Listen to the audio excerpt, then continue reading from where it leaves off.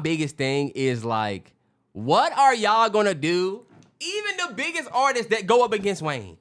Wayne goes up against Jay, right? We'll use Jay. Like Wayne can go up against Jay, so like T.I. No, because I'm not gonna let you disrespect T.I. T.I. has big records. He does. All I'm gonna say is, what do you do when you play What You Know About That, and then Wayne play his from Dedication 2? Oh my what God. do you do Jay, when Jay plays DOA and then I play DOA? Yeah, and then my DOA went crazy. I don't even have to use one of my catalog points for this round. I'll use my version of your song. That's why, look, if we can just be like Wayne fans for a minute, y'all are fucking tripping talking about Wayne. Y'all are fucking tripping talking about Wayne, yo. I'm telling you, and bro...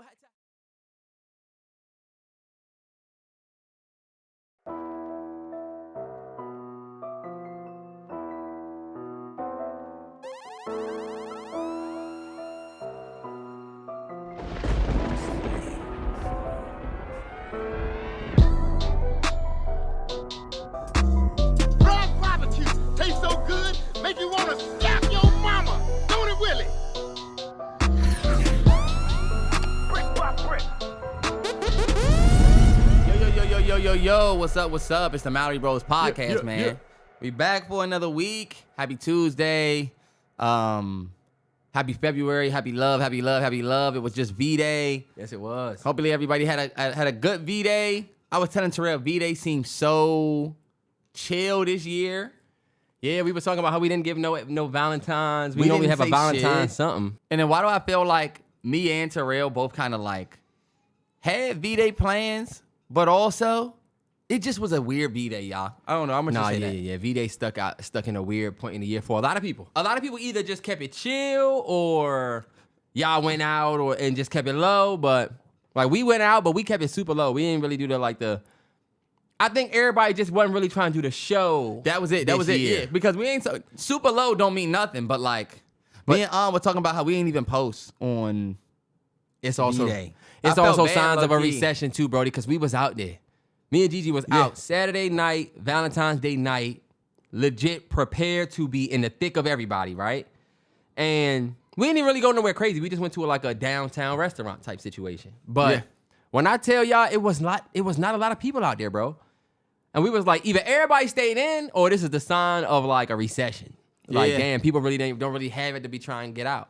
And I was telling them it's either a sign of a recession or it's just a sign that like, we're going to talk about it a little bit, but y'all, all of the Soto stuff that we got going on in the world and everybody being independent and like the boundaries are set and stuff like that is a good thing, but we're going to have a lot more Valentine's days that whereas, you know, you can definitely see, because I was telling it's almost like the people I saw this year were the people that I knew I would see. Yep. And V-Day one of them days where you like, okay, bruh, I see you. Yeah. And I saw a couple people pop out, though. Yeah. And, you know, I talked to people. Like, it's funny, I was talking to Candace because her and Samarian didn't post anything that I saw. And I didn't know if they kept it chill or whatever, but they had a little situation that they kept low. Yeah. So I was like, all right, it seemed like everybody, the fellas still did their thing, but we just kept it low. I'm going to say mine was just not preparation for as far as posts. I'm not gonna keep it low. I'm going up. I'm almost tempted to do a fucking 18. Why y'all can live like me? You don't have to deal with that. V-Day. We gotta pop out. I never feel the pressure to like, damn, it's. And my last post was A-Train. She not about to dominate my feed. What did y'all do though? Weekend recap shit. Outside of V-Day or even in y'all V-Day, whatever you wanted to share from the weekend. Nah, yeah, and I also was gonna say it was a cozy weekend. Y'all like y'all NBA All-Star Weekend is a cozy weekend, and we're gonna start with that. We definitely gonna start with that. Just to start with the weekend recap, y'all. Big shout out to my parents, man. 43 years worth of marriage. Man, yes. That they celebrated to start All-Star Weekend. So that's pretty much how we started. Shout out to them. Yeah. Big shout out to my daughter Sunny. Got to stay with her grandparents during the V-Day weekend so that we could have some freedom. That low-key be the best thing ever. I'm telling you, when you a parent, your daughter's not there, or your kids are not there, and you get that free time, that's what also made it like, you know, easy to kick it. Yeah.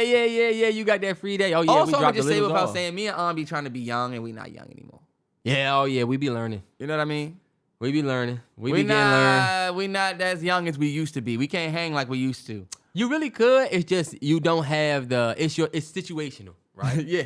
It's circumstantial, should I say. Y'all got a toddler. You can't. You can still do it, but we were talking about how we used to stay up and I would go to GG joint on an off day, and we might go out to such and such kickback party, whatever. But the next day, we're sleeping in until like 10:30, 11, ordering from the lunch. You know what I'm saying? Now with a toddler run over that joint at 7, bro, you would never be able to. And what I'm really talking about is alcohol, y'all. It's just not necessarily. You know what I mean? Oh, no, see, that's a whole different other type of wash. Me and Aunt are trash. When me and Aunt met, we used to be able to go to Mexico, get drinks. There's a restaurant called Mexico. We used to be able to go to, anyway. But just to get off of that on my weekend. No, that's actually a good point because we both got drinks on V-Day. Didn't finish. Both of us didn't finish our You drink. ain't even really need to finish it. Yeah. It's kind of like, I don't really need to drink all of this. And fellas, it's funny because some of y'all drink, some of y'all do whatever. Fellas, or even ladies, it ain't even about like the drink. It's just about your mindset. Sometimes it's like low key. Me and Aunt can vibe. I don't even need to drink. Yeah, you know what I mean? The drink be a plus, but like when I was young and I was like nervous with Aunt in the beginning, we was drinking. It was fun, but now, yeah. I don't give a fuck if I fall on my face in front of Aunt, y'all. I'm not. Yeah, and if you still drink, I'm gonna be the first one laughing at me, so I don't care. Yeah, and if you still drink, it's your swing. We're not shitting on it. It's just more so like, I definitely was a drinker before, and I might even go back to like sipping the drink at some 100%. point. And I still, if we go out, I feel like, all right, but I gotta get a cocktail of some sort, whatever y'all think is fire. Me and Gigi literally now, we the person that need a good server. Yeah, we gonna ask you about the specials and all of this shit. Yeah, and look, we not alcoholics either, y'all. We just drinking and having a good time, but like low key, it's not the best for you. Just the end of V-Day, of course, we got the NBA All-Star weekend that we finished our weekend with. Dope to have fam over to start this week, but your weekend recap, brother. Right, yeah. Ours was chill too. Me and Gigi hit just went downtown Tyson's to this spot that was actually not the best. It was nice though. Our experience was good. We was out. She was wearing red. She looked great. I looked great. We look great. I look great. Oh, let me turn this. But we look good. It's just the food was not that. It wasn't what we expected, and I was telling her that we might just be on some super y'all like this tier and not here because we went to an Italian spot, right? Mm-hmm. And we said they didn't have fresh prosciutto. No, T, it's the complete opposite. They were like, we have a hand. We did. I'm gonna tell y'all how much I spent because it was expensive as fuck. Maybe you shouldn't tell them what you spent. Right. Like, shut the fuck up, Terrance. Shut up, Terrance. Go ahead. Pocket watchers. Keep and say what you was going to. He spent $300 on bread. Terrance, I spent $275 on our dinner. That's not a bad V-Day dinner. And let me tell you what it was. It was $140 for two people, $70 a piece. But it's a 3-course V-Day special menu, right? Okay, bet. So I ain't got to spend nothing but the $140. I still got 20 for a movie after. That's what you think, Terrance. That's what you think. I went in that joint, right? I'm thinking that, right? And I'm not really hurting for it, y'all. Because, fellas, you have to prepare drinks for aren't included in the... No. So GG drink cost $16.50. My drink cost $16.50. And we always get something for you, something for me, something we both gonna try, and something we would never order or type shit. Because we don't go out all the time. So we always say, we're gonna go out. We're gonna order some. We're gonna make it an experience. If you're gonna go to Ruby Tuesdays, don't just get ribs, she get a pasta. Y'all get ribs, y'all get the pasta, and y'all get the, like you said, y'all get the whatever they have. Y'all would never get the catfish. And then y'all share everything. We get the bread. Me and Gigi be passing like motherfucking Thanksgiving. The clumps over this motherfucker. But that's be the scallops. Anyway, like I was saying, y'all long story less long. It was Italian. So like the pasta was good. It was like fresh Italian. But I feel like I'm kind of Olive Garden brain. Like my lasagna, I felt like needed salt. Maybe they just didn't do a good job on it. Damn, yeah. My lasagna wasn't good enough. The stuffed meatballs was like, that motherfucker that come from Olive Garden. And we was like, yeah, but they make it commercial. That's commercial Italian. And it's like, I would have rather went to the Olive Garden for $100 less. Honestly, to be honest, sometimes when you've been to enough restaurants, sometimes you can call it like that. Like, all right, you know what? This one's not necessarily living up to my whatever. I think it's because it was V-Day. And it was nice, though. To be completely honest, if you really a foodie and you like real Italian, like real true Italian recipe, not the commercialized joint, It's this spot called North Italia in Tyson's. Have at it. I will not be back. But shout out to my lady. She looked great. I'm the manager of North Italia. I've been a listener for years. Don't know what we did. Heartbroken by the garlic bread was fire. The Fion looked great. We looked great. It was great. It was a great night. So that's the crux of really my weekend recap. But other than that, I was running the kids back and forth to the grandparents. 100%. And work. Work. And then what we starting with, of course, is a big part of the weekend. NBA All-Star Weekend is always a big deal for the world, I would say. Or should I say not so big of a deal this year? And that's exactly where I was headed. This year, I'm keeping it 100, y'all. Every single event, I came late. And every single event, I was like, oh, okay, damn, I'm showing up at the main part of this. I watched the All-Star game on time by accident. I turned the TV on early and said, is this the one from last year? And then I said, oh shit. They playing. Yeah. Bro, I'm telling you, this year the festivities were a little bit earlier. All of the events happened earlier. I don't know what the plan was, y'all. I don't know what the plan was for the NBA, especially for the fellas. I mean, it was V-Day weekend. So it's kind of like you really would have helped us out on the evening. It also is a dope vibe. Me and Aunt always make a big deal. My parents' anniversary. These days a little bit more than V-Day because we first met on my parents' anniversary, which is the 12th. But that ironically was the start of the All-Star Weekend. Yeah. But like by the time the 14th is there, you get the 3-point shootout and the dunk contest. I thought that's a vibe to we go on a date early. We come home and you could watch, you know, or you go to or whatever. Yeah, you do an early dinner like 5 or 6. Y'all getting home at 8:30. Yeah, I lie to you not. I looked at my clock. It was 4:57 Eastern. And they just announced that Dame Dollar is the winner of the 3-point shootout. I'm like, this is ridiculous. Damn, this only 5 o'clock. In Seattle, it's 2 o'clock. The world has been fucking for Valentine's Day. You know, next year, look, Super Bowl LXI is scheduled for SoFi Stadium in Inglewood on February 14th, 2027. They are doing a Super Bowl on fucking Valentine's Day. I'm going to have to get A-Train some type of... We doing a motherfucking Valentine. We doing I'm going to get 13th. A-Train a Commanders... Because my Broncos will be in that Super Bowl. With a love heart around it, because my Commanders will be watching. We will be at that game. I will need to be free that day. I will be at... Yeah. You don't have to find something to do. My Commanders... Do y'all know we about to go crazy in the offseason? Hey. I just know y'all don't think y'all ready for that. I think there's a short man, number 10, that would work out very well with JD5. Nobody wants to say it, but I feel like JD5 could place balls that he could get, and he's a free Number agent 10? now. He's just the short man, number 10, fastest guy in the league. Yes. If he went to y'all, that would be He good. would go crazy. Oh, And you- come on our way. And it's funny, they was But like, fuck him the because he's a Seattle Chief. Seahawks, they have weapons. I don't see why they don't return to the big game. You don't see no Broncos. Super Bowl MVP is a Commander, y'all. You know what? I'm a Broncos fan. Kenneth T. Walker III coming to the Manders. You think so? Yes, sir. He's not going back to Seattle. That's the I feel best like- 9 in the league.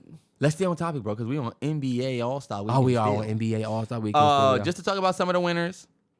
Of course, Dame Dollar won the 3-point shootout. And that was low-key a shock because Dame Dollar is not necessarily playing. He's coming off an Achilles injury, so he haven't played all season. He just been shooting.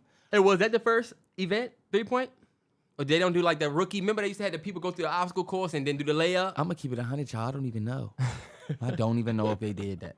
All I know is Dame Dollar won the 3-point shootout. Keyshawn Johnson won the dunk contest. I think he's a great kid. Yeah. Like, great energy. I like that. People was like, this dancing is killing me. I love that he was dancing. I hate in a dunk contest when people, like, dunk and then it's just awkward after. Like, yeah, you a you nigga might that's as well stretch your stuff, do your dance. you're like the nigga, yeah. I will say, y'all, we probably got one of the best All-Star games in a minute. So far Believe it or as the not. All-Star game, yes. They definitely heard the noise that we were saying on the TL about how the old games have the intensity. KD hit the media. We're going to talk about him more, but KD hit the media early in the week and was like, go back and look at them games. And so I feel like the players went out with a little, you know. I like the chip NBA. on I their like shoulder. the U.S. versus the world Oh, I hate that. players thing. I hated it. I might be too You see, casual. Bron said USA versus world, but the world, he said it doesn't really make sense, but It's like when you got the best players saying that, like, the uniforms look. I feel like the uniforms look rising stars-ish to me. Like anybody who played 2K, like them unis. Remember look that like game, T, where y'all all had to pass? What game was that? Y'all used to all be pissed off that you couldn't shoot. You had to hit square. Yes, that was like the 2K from 2 years ago where you had to start off in for the Shanghai Sharks. Yes. Yeah. Y'all was hot. That's what them uniforms remind me of. Like, y'all know how on 2K when you make a My Career and you make your build, but you want to test them? Like, that jersey that they have you in, I feel like that's what them All-Star jerseys remind me of. We talked about it. I don't know what's up with the world right now. Well, I guess I do, but like the USAification of... I think it's the exact opposite. I think the NBA is trying to expand outside of and has been expanding their stardom over the years outside of NBA. The NBA is no longer a US-based whatever. The stars used to be Kobe, Shaq, Allen Iverson, Tracy McGrady, everybody over here. Now, even me, I'm learning that like, oh, okay. Like some of these niggas that are ballers now, like Luka not from somebody here. like me at a super Jokic casual. not from here. You're right. I was going to tweet Denny and say, damn, I need to Avdia. watch more. I was going to tweet and say, damn, I need to watch more basketball because even some of the all-stars, I'm like, I have never seen this person a day in my life and wouldn't be able to spot him in the crowd. But bro, Wemby, Shea from Canada, like it is a lot more world, you know. It is. It's actually low-key smart, kinda, to lean into that. But that's what people are also kind of... And you know what? People That's a like good perspective. That opens my mind up a little bit more. But I feel like people have an issue with the NBA doing that. People are like, you see the NBA is they're trying to force these international stars or whatever. Well, if you think about the NBA as a product, I don't know if the USA versus world thing goes so aligned with them because I'm going to keep it 100. I think of the Olympics whenever I see the NBA with anything USA. I immediately think Olympics. Yeah. So I definitely understand what you're saying because we have a ton of players that are all world, all over the place. It's not a U.S. dominated sport like football, and I'm talking about American football. Sorry, right? I think the NBA's product would benefit more from the old format of East versus West because you have an Eastern Conference and a Western Conference, and that's what everybody who watches your league is watching for. Yeah. You getting ready to expand your league. I don't know if you've seen. Seattle and Vegas are the two top locations for the next NBA basketball team. Hold on, wait. They about to make a new NBA team? They're expanding to putting a whole new team. Damn, I wonder, just on some trivia shit, what was the last invented team? Hornets? It got to be OKC, right? Well, no, not if they were still the Supersonics. They just had a name change. But who was the last... Oh, you right. Who was the last team that was put in? What happened to the Charlotte Bobcats? Well, they're not the Charlotte Hornets. But I still think they're the... That's a good question. The youngest... Oh, the Brooklyn Nets. But are they? They're youngest by players. What is the youngest NBA franchise? The New Orleans Pelicans are generally considered the youngest. Yeah. They have joined the league as the New Orleans Hornets in 2002. Okay, yeah. Then they went to Bobcats. Yeah. Bobcats in 2004. So, yeah, they're young as hell. So, I'll tell y'all this. The NBA thinking about expanding their team. Seattle is a dope location because a lot of people don't realize Seattle is a basketball city. Real hoopers know it's hoopers in Seattle. And they got their team taken from them low-key. Yeah. The Seattle Supersonics. And I also kind of feel like, look at Seattle. Mariners were just in the World Series, just won the Super Bowl. They should have a basketball team. Mm-hmm. And if it's a perfect time to now. They are also, Terrell, I don't know if you know, one team is moving from the Western Conference to the Eastern Conference. Because they got to, apparently this team that's going out Seattle is going to be a Western Conference team. Or Vegas is Western Conference. So somebody got to go. Let me see if I can guess.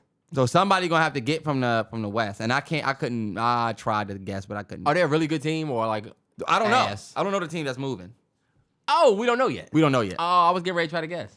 All I'll say is this. The NBA's product is definitely expanding, which means it's growing, which means I guess we do have to consider the USA versus world aspect, y'all.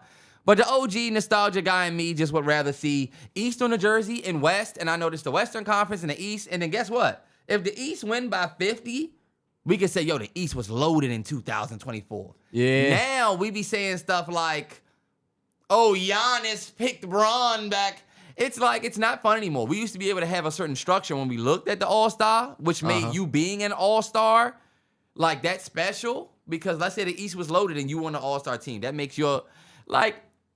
And we skipped over it. I don't know if you want to go back to it, but bro, that dunk contest was rough. That dunk contest was rough. And I didn't watch it. I'm not gonna even lie to y'all like I watched it. Just the clips that I saw NBA from it. highlight extended clip. Once I seen bro do the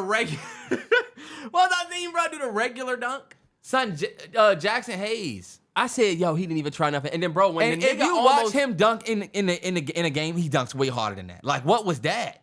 bro, the dude that tried to, I don't know what it was, like an alley or something, he almost had a concussion. That was about to be one of the worst on TV if he would have stayed down a little bit longer. Thank God whoever that was that said, he's good. He's good. This motherfucker is not okay. Blue tent him immediately. Did he ever dunk after? I don't even know. All I know is that the product is just like. Then when you look at the winning dunk, did you see the winning dunk? The last dunk that secured the win? No. From this dude from Johnson? Keshad, It was the most, it looks like, It It's was crazy like- how we see these motherfuckers on YouTube who's just at a random ass event doing crazy dunks. Yeah. But the NBA, they cannot get they even had to bring Mac McClung from the G League last year for the dunk And contest. he came back a few years, right? He's like a two-time champ. Bro, this is ridiculous, low-key. And But I you know said, what? that speaks a lot to the NBA and NFL All-Star. And we and didn't Pro get to talk Bowl. about how the Pro Bowl was whatever weekend again. You know what Yeah. I'm saying? Oh, but did you see what Kev on stage? Shout out to Kev on stage. You see what he said about the All-Star breaks? And now I feel like he had the best take on why All-Star don't hit no more, because he was like, and it's a conversation we had before, but he was talking about how since we have access to these players so much via social media, All-Star used to be dope because seeing Kevin Garnett in regular clothes on the sideline, Melo them, it was like an event. Yeah. And everybody had to watch that, and it wasn't so much you could see. You're on TNT or wherever this motherfucker come on, motherfuckers used to throw The All-Star practice, waking up in the morning and watching the All-Star practice. Why even watch it now when you can just see hella clips, hella little hot moments? You see all the hot moments. But now I feel like social media, like Kev on stage was kind of saying, social media robbed us of the event of seeing people like So that. true. And that is so fact, especially about the NBA, especially about the Pro Bowl, because now the players giving it up on the TL, they're doing the show every day. Yeah. You know what I'm saying? The show is every day. So I think that does go into play. But my question for you, and it's a challenging question, how do you get people reinvested in All-Star? How do you make it fresh and fun again? And we just being what they call it, couch GMs or whatever, or couch whatever. We whatever. But what do you think would be a dope idea, given the social media shit that I just told you? What do you think would be a dope thing to make All-Star feel better? Because we should probably talk about what Adam Silver said about the ratings, whatever. But they still have an opportunity to revitalize this. They do, and I feel like the only way that they can make it better is if they put some incentive behind the game. Like the winner of the game gets... Like all of the games, the 3-point contest. The winner of the game... This is and you know what, y'all? It is really not hard. They were just talking about how that target score method that they had where they were playing for charity, they was playing so hard for that. That was dope. But this year, I feel like they played pretty hard in an All-Star game. As far as the weekend, it's like the only way NBA All-Star Weekend will come back is if it is truly dominated by stars. Stars, yeah. Like, The league needs to invest in getting low-key T. I want y'all to imagine, and it will never, this probably won't happen, so we just kind of talking out our ass, but I want y'all to imagine the dunk contest lineup was Wemby. And I got to get through this. Look, Wemby, Ant Edwards, Ja Morant, and, you know, Just bruh from the Pistons that they asked, and he said, no, not the Pistons. Is it Jaden Duren? Is he a good dunker? Jalen Duren. He can dunk. He's a big dude, but... No, it's somebody else that dunks that they asked Let's him. say they got Duren, because Duren is a big dunking motherfucker, and you can do an Amari Stoudemire type of dunk contest. It don't got to be all guards. Yeah, it don't all got to be guard, right. My thing is, If it's stars though, players, we were watching Vince Carter do a dunk contest, and Vince Carter was a star. We watched Kobe did it. Jordan. The stars were doing it, and it was a big deal because it's the best of the best. This is All-Star. These motherfuckers that's in the dunk contest aren't even in the All-Star game. Yeah. Like, they don't also hold a candle to the beep. I've never heard Brian to the All-Star game. I mean, to the dunk contest. So I think, damn, that is an opportunity. if I knew it was Wemby versus Ja Morant versus whatever, even as ridiculous as that sounds, they're stars. We get to watch.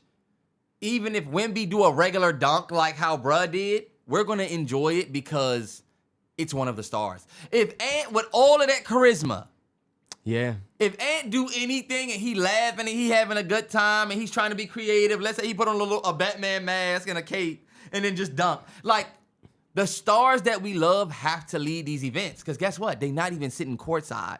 Yeah. They cooling it at home like us. And it's like, And if we're seeing the social media influencers that we see every fucking day at the game. We're seeing them dominate the All-Star. When I needed to see Timothée Chalamet off the Marty Supreme about to go win the Oscar next week on the floor like we used to see Denzel and Leo. I'm telling you. It used to be so many cultures of stars. I should have seen Benicio del Toro in the motherfucking crowd. But this is the thing, T. We're at the place where you're going to have to spend a little bit for your image. That's The true. NBA. Yeah. Put some money out there and get some star and like do some real business with some stars and try to really promote. I don't know. I feel like that's the only way just because the social mediaification And then of everything. Look at your competition with the NFL and what they've done with the Super Bowl. What makes everybody want to watch the Super Bowl every year? There's a halftime performance that gives us a second level of entertainment. These motherfuckers in the NBA are not playing hard anyway. Right.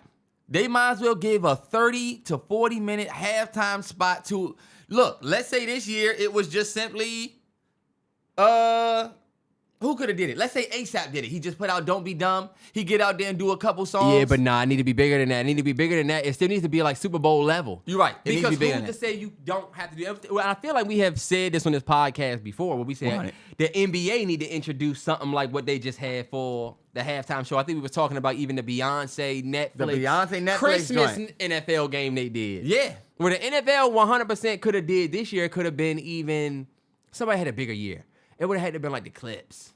Or Tyler. Even if you go grab one of the pop stars that had a crazy year and did something, it would draw more of an audience. And honestly, it would also draw more to the event. Period. Yeah. It's a double win. I think we can feel the NBA is getting a little whatever about it. Even like once the voting became retweet this and it counts as a vote, I'm like, okay, like yeah, and then once you can, I feel like as a fan, once you can see that the players don't give a fuck, it make you not really give a fuck. And look, y'all, we know that the NBA All-Star Game was actually good this year. This is not really the year to get on the NBA effort, especially the players. But like every year, it's funny. This probably sounds like one of the podcasts from the future. I mean, from the past, but it's almost like the trend is us saying that it seems like we always want a little bit more from NBA All-Star Weekend. Yeah. I think we've been asking for more because we were spoiled when we grew up. Yeah, and it's tough now to entertain motherfuckers that's getting a dopamine hit every second on their phone. Like you're scrolling through hit after hit after hit. Because every video that you watch on your phone, your brain does the, what is this? What is this about? How is this going to make us feel? Bro, you're doing that same process over and over and over again on your timeline. And on Twitter, it's worse because you're reading and reading and reading. And it's like, yeah. you know, bro, that shit is a lot. And I'll say this is just going to move us forward, man. Big shout out to all the NBA All-Stars. I feel like we got some NBA All-Stars that listen to this podcast. I do want to say this real quick before we get to anything, man. I've jumped on this podcast several times and made opinions and takes that I stand by. And I feel like after the takes that I've made in the past, I can't go forward without telling y'all this. I can't go forward without doing this. I kind of feel like what's the dude that was like a criminal at one point and then he goes and joins the fucking cops. And like, you know what I mean? Like, and now he's dangerous because look, he was actually, you know, or like Malone. the dude who's like the casino gambler, and now he's just going around catching all of the sharks in the casino. Like, I know what you're doing. Like, because I did it for years. Sports betting, y'all. I'm going to get on this platform and tell everybody to stop gambling. Man. Full circle. Not full circle. Yeah. Full circle. And I wanted to be the person to get up here and say this because I am somebody who been telling you to do it.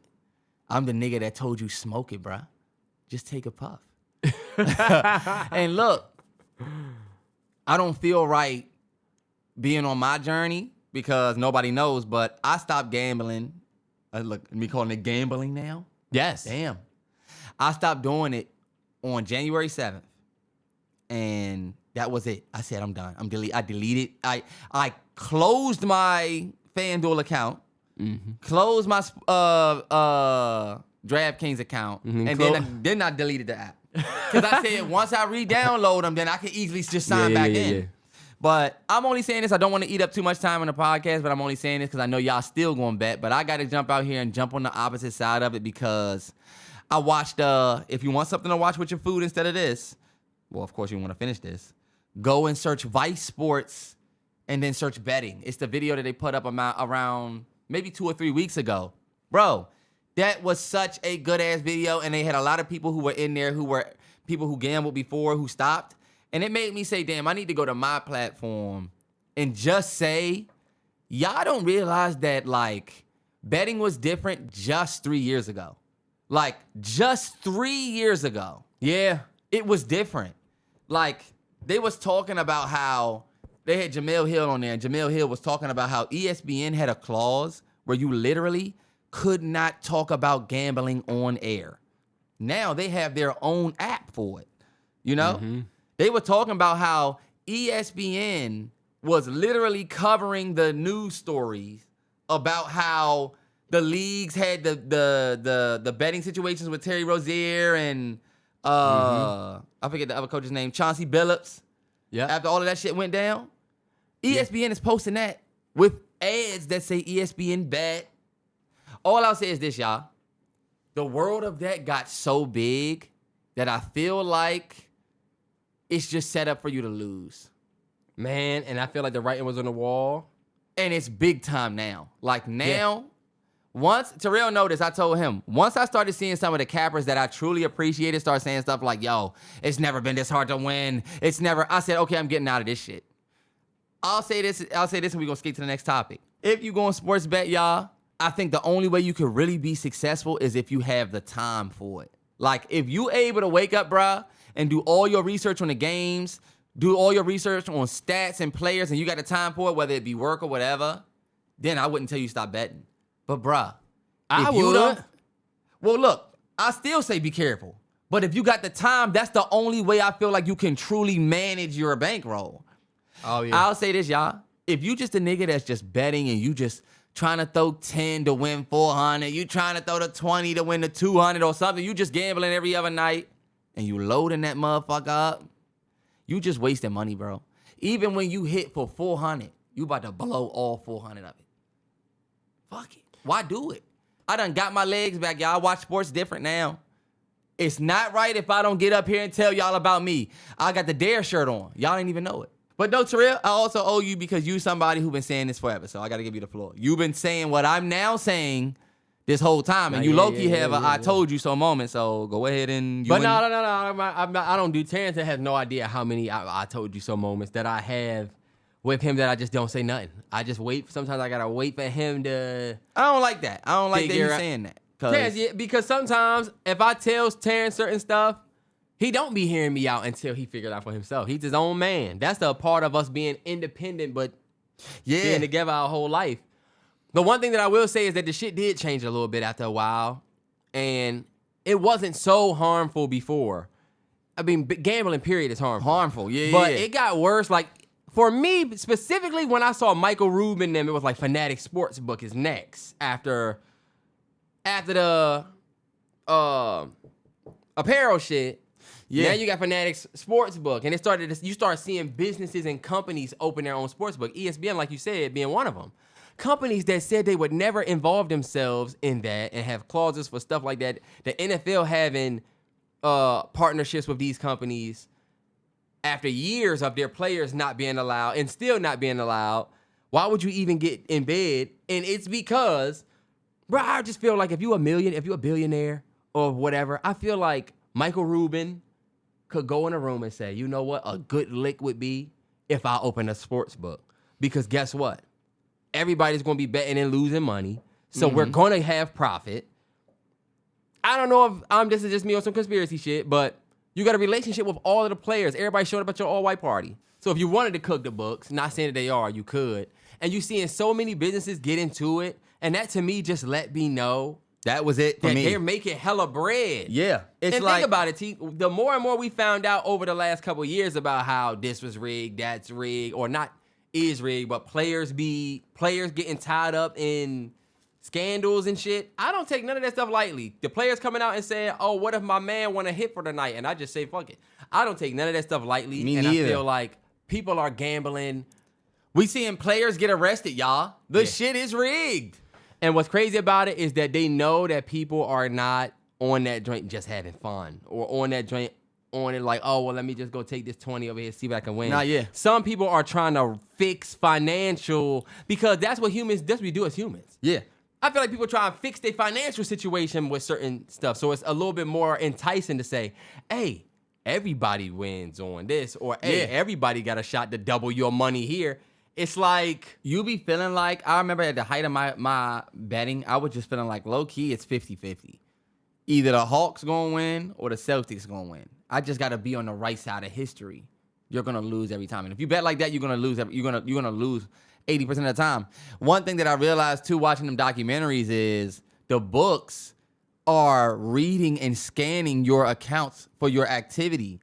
So like, if you have like success betting something, then the books know that. And the books are going to try and ploy against that because low-key, why wouldn't they? You know what I mean? This dude was talking about how he was getting really good at betting on tennis. And he found like this little gap of this bet that he could just keep making because he noticed something. And then the books limited him only on that. And I said, and that's the thing, T.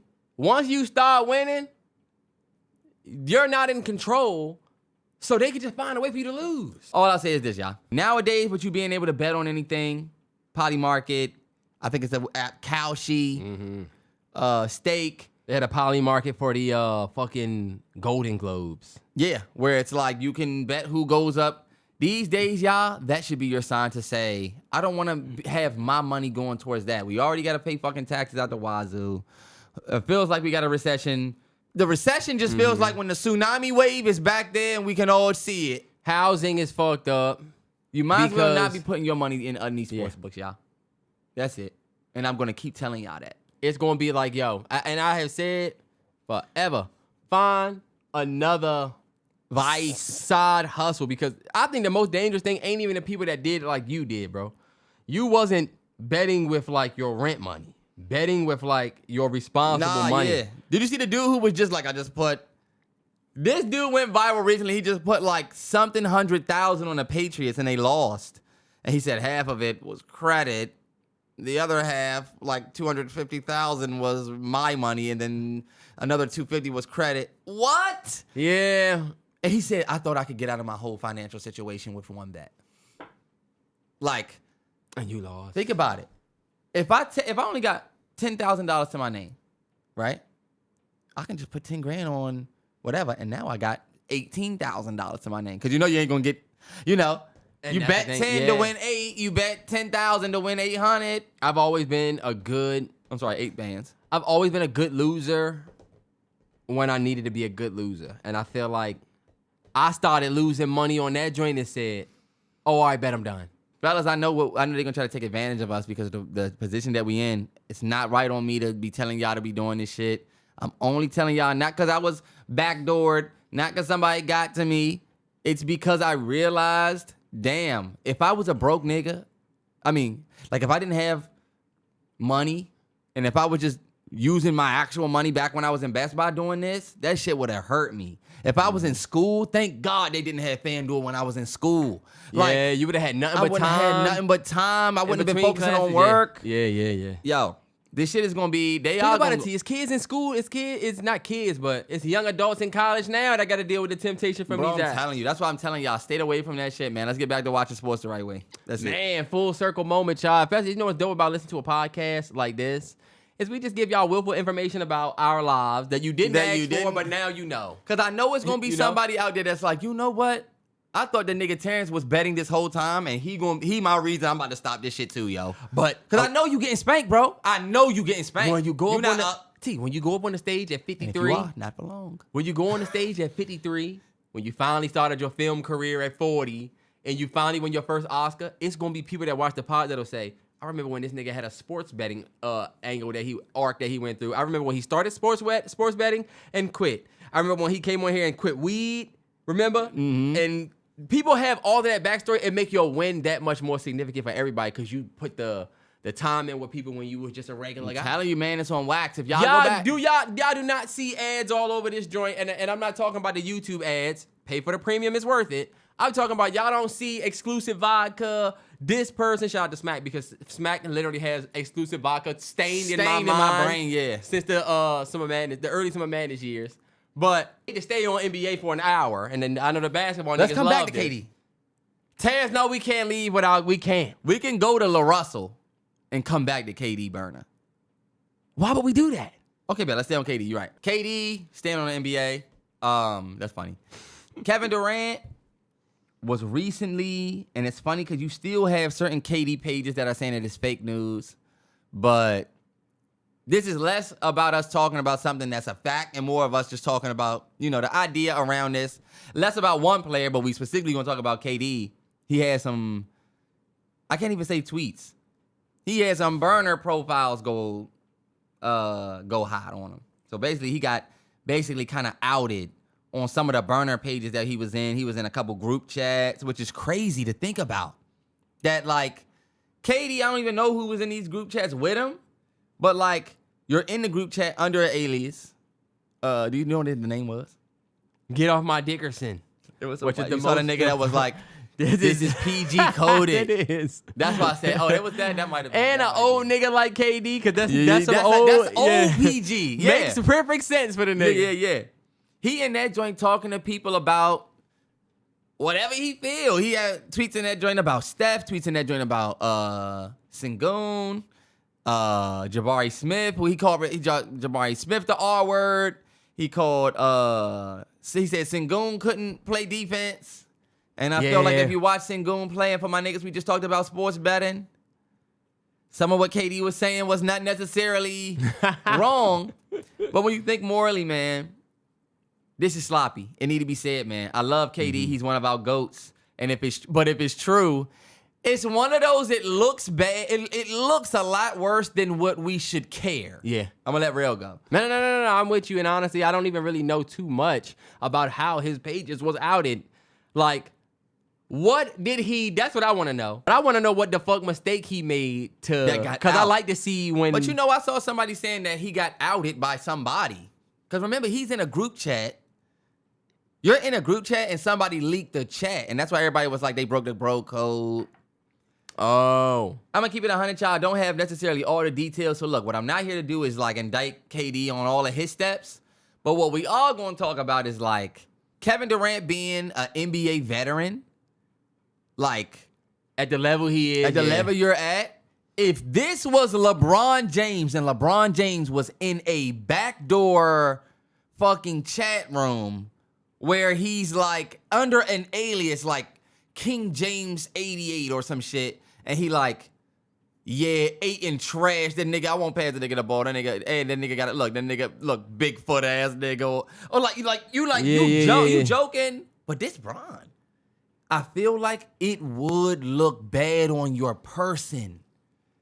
And I fuck with KD, but it do look like, it do look like you're consumed with the internet, is what I'll say. People gonna say about my guy KD. I feel like KD, people always say how he's this and that, right? Yeah.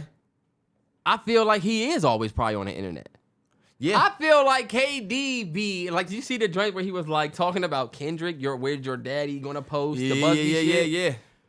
That was crazy because now that makes me think, okay, you're not only in NBA conversations, but you on this joint probably in hip-hop conversations under burners. 100. Like, I always thought that one of these big pages out there was somebody that we just have no idea who it is, and we think it's just somebody. But like, I'm not trying to change the topic. No, you But what I right. did want to say was with this whole KD thing and him being on the burner and just, tweeting something and, I feel like it makes him less trustworthy going forward. I can see how people would say, you have no idea what you can think about this nigga because it just found out he was talking shit about everybody. Especially some of them players that he might have been talking about that might have thought they didn't have an issue with, bro. Yeah. And it's like now you kind of like you messing up your locker room. You going viral for the wrong reasons. Mm-hmm. You supposed to be a leader on this team. So I can't lie, man. It was hard seeing my man KD All-Star Weekend with that damn phone in his hand, yo. Because you know what they were saying? And look, y'all, I tweeted. We're going to talk about it a little bit later. I got canceled this weekend a little bit. Not canceled, but I went viral that way this weekend for my take on J. Cole, And I know what it's like to be like in your phone and just seeing all of it, And KD was seeing, look, your shit is way worse than me, nigga. They got a picture of him on his phone? Bro, if you search, the videos of KD on All-Star Weekend, bro, when you see him, he'd be like, oh, what's up, bro? But on his phone, bro. I have to even this now.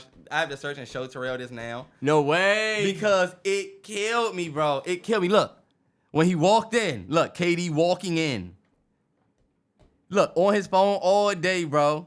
I know he was going through nigga it. was stressing, Look, on the court. He knew his burners was going. Terrell, you on the court All-Star Weekend? Nah, yeah.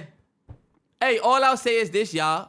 We're going to move this conversation a little bit forward. This opens up a conversation about confidentiality and stars. And I want y'all to know that, like, I don't fault KD at all for what he's doing because I know for a fact there are hundreds of stars. All these little bot pages that we be like, oh, I'm going back and forth. You have no idea, y'all. It be people that y'all are fans of. KD is not the only one. Trust me. That's a fact. You think if KD in the league going back and forth, you think you're not gonna go back and forth with even somebody like Grayson Allen? He could have a fake page and say, you can say Grayson Allen bum ass didn't make no threes tonight, and somebody will be like, give him a fucking break. He's a fuck. And it could be him. Might be him. It could literally be him. And that's why I said these days, what we have to stop doing, y'all, I've said it. We got to take it back a little bit. We have to start pulling our serious, I don't even know what to say. I kind of feel like we're looking at it a little bit too serious. I honestly, I'll say this. You know what I mean? I think, like I was getting ready to say, though, there could be people that look at KD away now and say, damn, I don't know if I can trust him as a person because he was saying that. But you see, no, I don't think you having a burner account and getting out on your burner because niggas leaked you. Well, if he was talking shit about players from the burner, then that's bad. Oh, okay, well then yeah. Like if right. I'm somebody you who said that Alfred nigga Sengun sucks, and he said I can't play defense. yeah, I might be a little salty. But honestly, at the end But of the they day, was talking about there's plenty clips where literally Sengun have bruh blow past them and KD be like, hey, Sengun, you gonna play some defense? All right. So low key, Sengun probably not shocked. And then him calling Jabari Smith the R word, sensitive because of the times we in, but also I didn't really take that like bad shit talk. Even like he had a thing in there with Steph where KD is the guy in the league that say stuff like, KD do have some stuff in there that's opinionated. Terrance, yeah, I'm getting ready to say, you have hometown bias. He got some stuff in there that's opinionated for sure. And that's why I can't And that's why I'm saying, like, let him go all the way off the hook for it. But that's why I said the conversation is less about KD and really more about the fact that, y'all, I do kind of feel like KD really didn't do anything wrong by having a burner account and responding to trolls and trolling people. That's what we all doing. This dude was saying it. We are all low-key doing what KD doing. He just didn't want to do it from his page because then y'all going to act like ball ain't life or whatever. I mean, yeah. Like, I looked at it like kind of a big deal, but honestly, I don't look at this as something that needs to even go further than this weekend on Twitter, for real. Yeah, it's more embarrassing for KD at the most. Yes. It's like when a girl say, he was in my DMs. It's like he wasn't wrong, but Damn, bro. Offset with the Selena Powell shit. That was a bad weekend. That was a bad weekend, bro. You know, like your name ain't the cleanest. Yeah, but now she doing a show with Drewski, so Fuck it. fuck it. Now everybody's gonna move on. You can put out another album if you want. Yeah, We'll be there. we'll be there for sure. But I do feel like I do think it's kind of like a damn situation for KD, man. Hate to see it. Hate to see it, man, but he's a DMV legend in my books, man. I don't care. I know he's just a young guy having his way. This is what we're gonna say. This is what I want. This we're gonna end this topic right here. I'm seeing a lot of y'all say KD 40 with no wife, no kid. He's a loser. Guys, let's look around and read the room. Trey, you know what I'm getting at. You tell him. What? Remember what we talked about people calling KD a loser for being 40 with no wife and kid? Man, the way the world is set up now, it's gonna be a lot of just what we seeing basically now.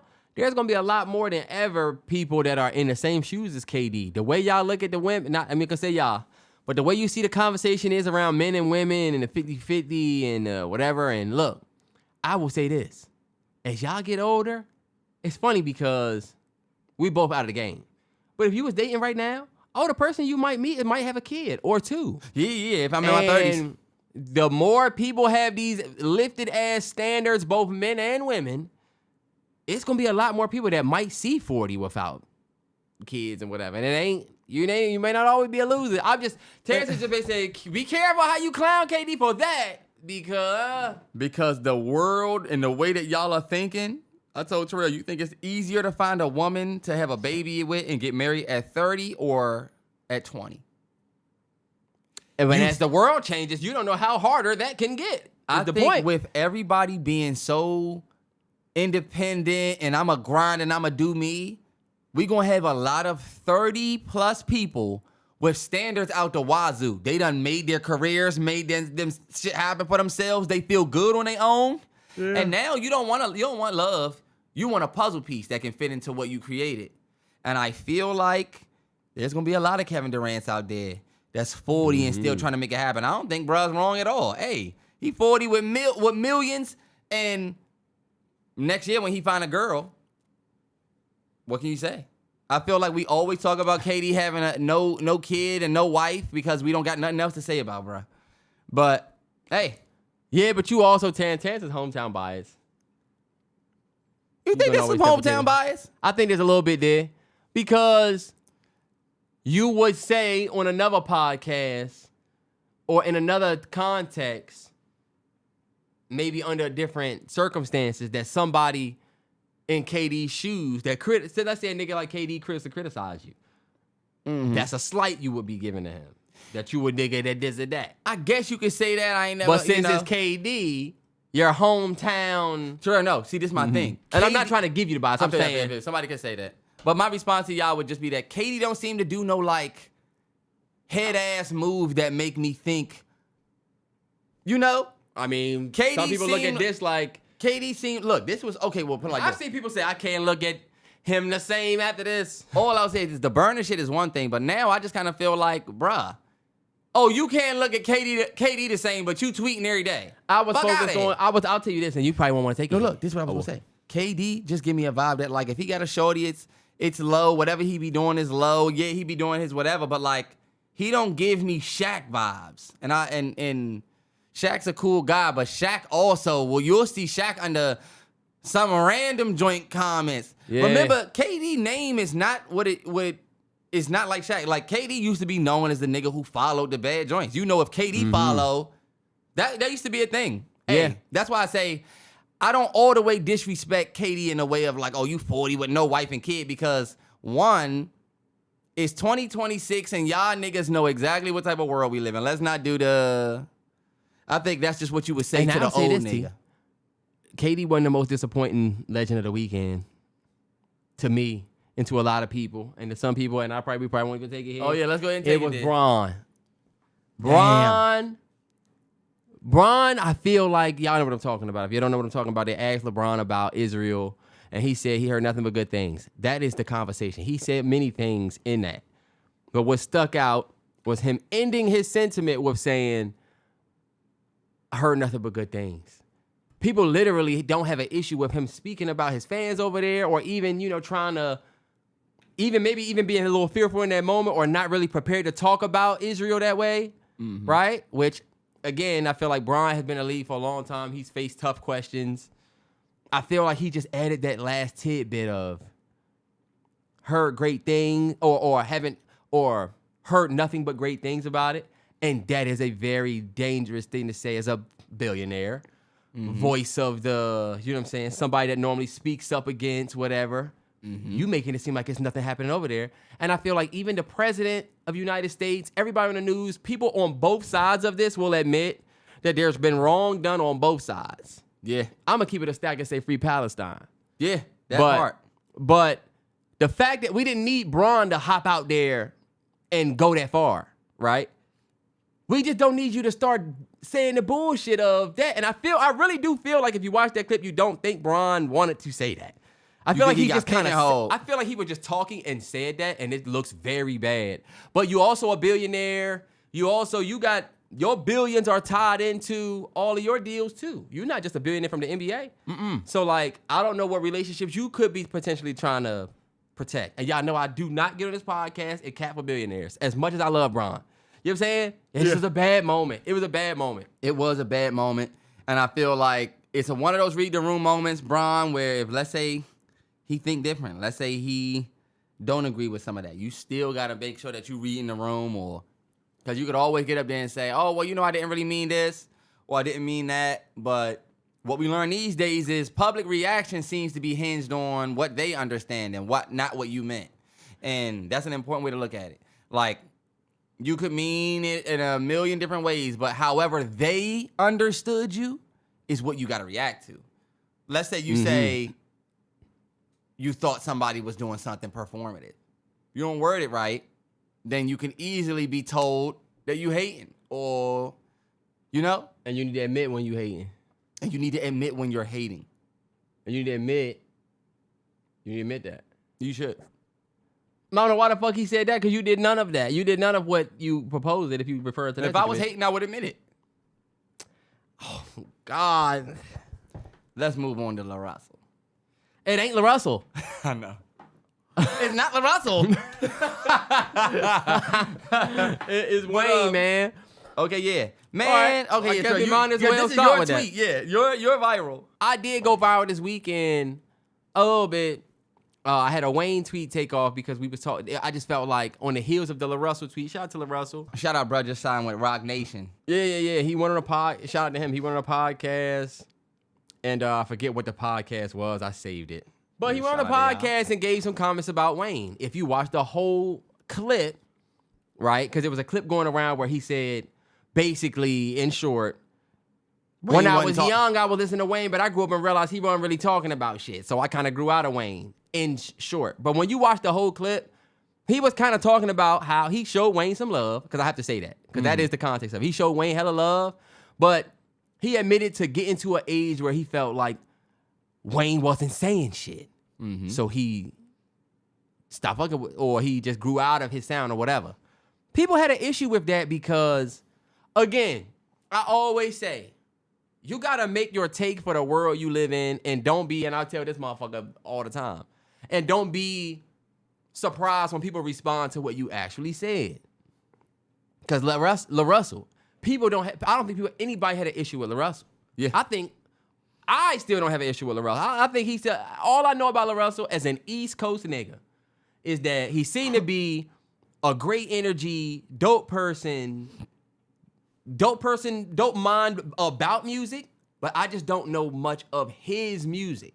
And it could be a regional thing because we over here. The nigga just did the Super Bowl outside the joint. So, like, you obviously got impact over there. Definitely buzzing on social media. But I don't feel like we see much LaRussell music moments more than we see LaRussell talking about music and the industry. Yeah. And I think your brand being that is going to drive people. When you start talking about people's favorites, they start looking at you away. So you do got to be careful how you say stuff and how stuff gets clipped.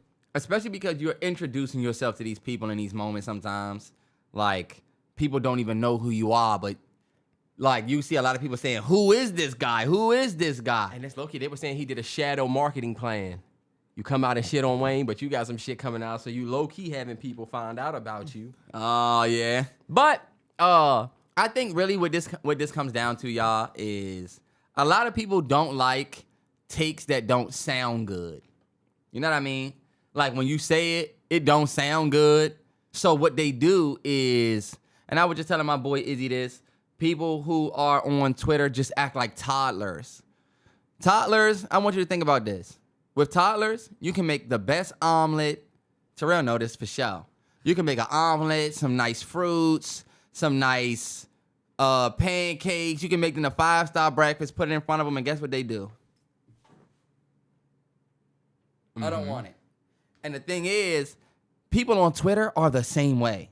They are not giving a fuck about all of the thought you put into it. They look at it and say, do I agree or disagree? No. And I think, like I was just saying, the way that you say stuff is really important because people are so toddler-minded on Twitter. Everybody don't like it. Yeah. Everybody is reactionary. Everybody's looking for the controversy. See it, say this is dumb, and then look, be done with it. That's what I feel like. But, like LaRussell is trying to make this situation, or tried to make the situation like a nigga is always hating on me, and this is how people are. Sometimes you say some dumb shit 100. and get killed for it. Sometimes I feel like that's what you see. I feel like, did he say some dumb shit? Yeah. Or did he just say what people didn't really want to hear? Because you can't say he said dumb shit, but then in the same breath say, but I see how he could say that. You know what I mean? Yeah, if but you I'm can't not see how he could ever say that Wayne was talking about nothing, then I can see that. But also, I'm somebody who's like, I don't like the way that sounds because you a new artist. You should just be showing love to Wayne. Yeah. You shouldn't even say that, period. But you're not wrong. I will say this. I'm not going to act like I don't see the point he was trying to make. I'm not going to be the Twitter obtuse where it's like, oh, what do you mean? Wayne has done all of these things in life. What about tie my hands? What about, I'm not going to do that. I'm not going to act like I don't see exactly what LaRussell is saying because I do feel like at a certain point, the way he raps and the music, his musical journey brought him to making music this way, and he had to shed Wayne after a little while. I feel like that got clipped up and taken kind of crazy, whatever, but I really don't think he had malice intent towards Wayne, more so talking about himself pulling away from Wayne. But the fact that you said, I just realized this nigga wasn't talking about shit. You just brought up records. Now, people have records that mean everything to them. Let It All Work Out to some niggas saved their life. Let It All Work Out is one of the best Wayne songs ever. It's crazy. And even on the songs and I feel like it starts an interesting conversation. And shout out to LaRussell, because LaRussell has literally, whether you like him or not, he's always starting or part of conversations like this. The first time he catching some smoke from people. But it starts a dope conversation about how hip-hop is even judged. You know what I'm saying? Like everything, if it's not super conscious, sometimes it's looked at like it takes less skill. Where I would argue the songs where Wayne not really talking about shit are some of his most complex. 100. And that's why I feel like saying you grew up and realized Wayne wasn't saying anything is one thing. And then they're saying that you grew up and realized that you weren't aligned with the way that Wayne made music. Because I think Wayne is more of a one-on-one. Like Wayne, what he does takes skill. But I don't think LaRussell was trying to say that Wayne was talking about nothing. I think he just said that. But I think what he more so meant was like, you wanted to talk about something and Wayne wasn't feeding that part of your artistry anymore. So you had to like move on to other artists that did. Yeah. That sounds better than you saying that Wayne wasn't talking about nothing. Because like you said, like... Because it's an indictment on his artistry. And that was what my tweet was about. That went viral about how it's kind of trendy and cool right now to say, oh, fuck out of here, Wayne, right? Yeah. Now, I do feel like Wayne brought a lot of this on himself. I'm not going to act like he didn't. That's very Wayne, true. some of his political takes, some of his takes on the black community. Most recent, that they left me off the Grammys. Look, and then before that, it was the whole Super Bowl thing. But I won't even indict him all the way for the Super Bowl thing because I do feel like Wayne has also picked up some casualty of the moment smoke from the beef. This is West Coast. Where people that wanted him for the Super Bowl, not everybody that was upset about that was upset because Kendrick got it. You know what I'm saying? Some people really wanted Wayne for the city. And it ended up kind of being, it was a lot of people in that was clearly just trying to throw whatever they could on Kendrick's moment. Yeah. Because as you can see, later down the line when it came time for Wayne home shows and stuff like that, it wasn't that much. But it was actually artists and stuff that came out in Wayne defense back then. So that's why I'm like, I don't want to make it like a super beef thing, but I do think some of the beef kind of goes into it. But just now it's cool to just say, or make it, they putting Wayne in these verses and saying he would lose. People are saying, oh, fuck out of here. I mean, let's see how his catalog has aged. And I got hot takes about Wayne. Yeah, niggas are saying that T.I. can beat Wayne, and I just feel like that's just madness. I'm sorry. I know T.I.'s a heavy-handed guy because y'all saying he got hits, but like, I like my beat down low, down low, down low. I don't get nervous at all hearing that. Look, you can have whatever you like. That shit don't move me at all when I think about you against Wayne. I don't know. Like, look, I love them songs. I'm just saying, you now. versus Wayne, those ain't doing nothing. And those are some of T.I.'s biggest songs. My biggest thing is like, what are y'all gonna do? Even the biggest artists that go up against Wayne. Wayne goes up against Jay, right? We'll use Jay. Like, Wayne can go up against Jay. So, like, no, see, look. T.I. No, because I'm not gonna let you disrespect T.I. T.I. has big records. He does. All I'm gonna say is, what do you do when you play What You Know About That and then Wayne play his from Dedication 2? Oh my What God. do you do, Jay, when Jay plays DOA and then I play DOA? Yeah, and then my DOA went crazy. I don't even have to use one of my catalog points for this round. I'll use my version of your song. That's why, look, if we can just be like Wayne fans for a minute, y'all are fucking tripping talking about Wayne. Y'all are fucking tripping talking about Wayne, yo. I'm telling you, and bro, to have to live it for the last 2 years has been hell. As a Wayne fan or somebody that just respect his legacy, it's like, we're watching... You're at the age where you're supposed to put out a trash project if you Wayne. Yeah. Wayne is not a nigga that came out in 2009. Yeah. Like, we're holding him to the same standard as like the same we do with Chris Brown.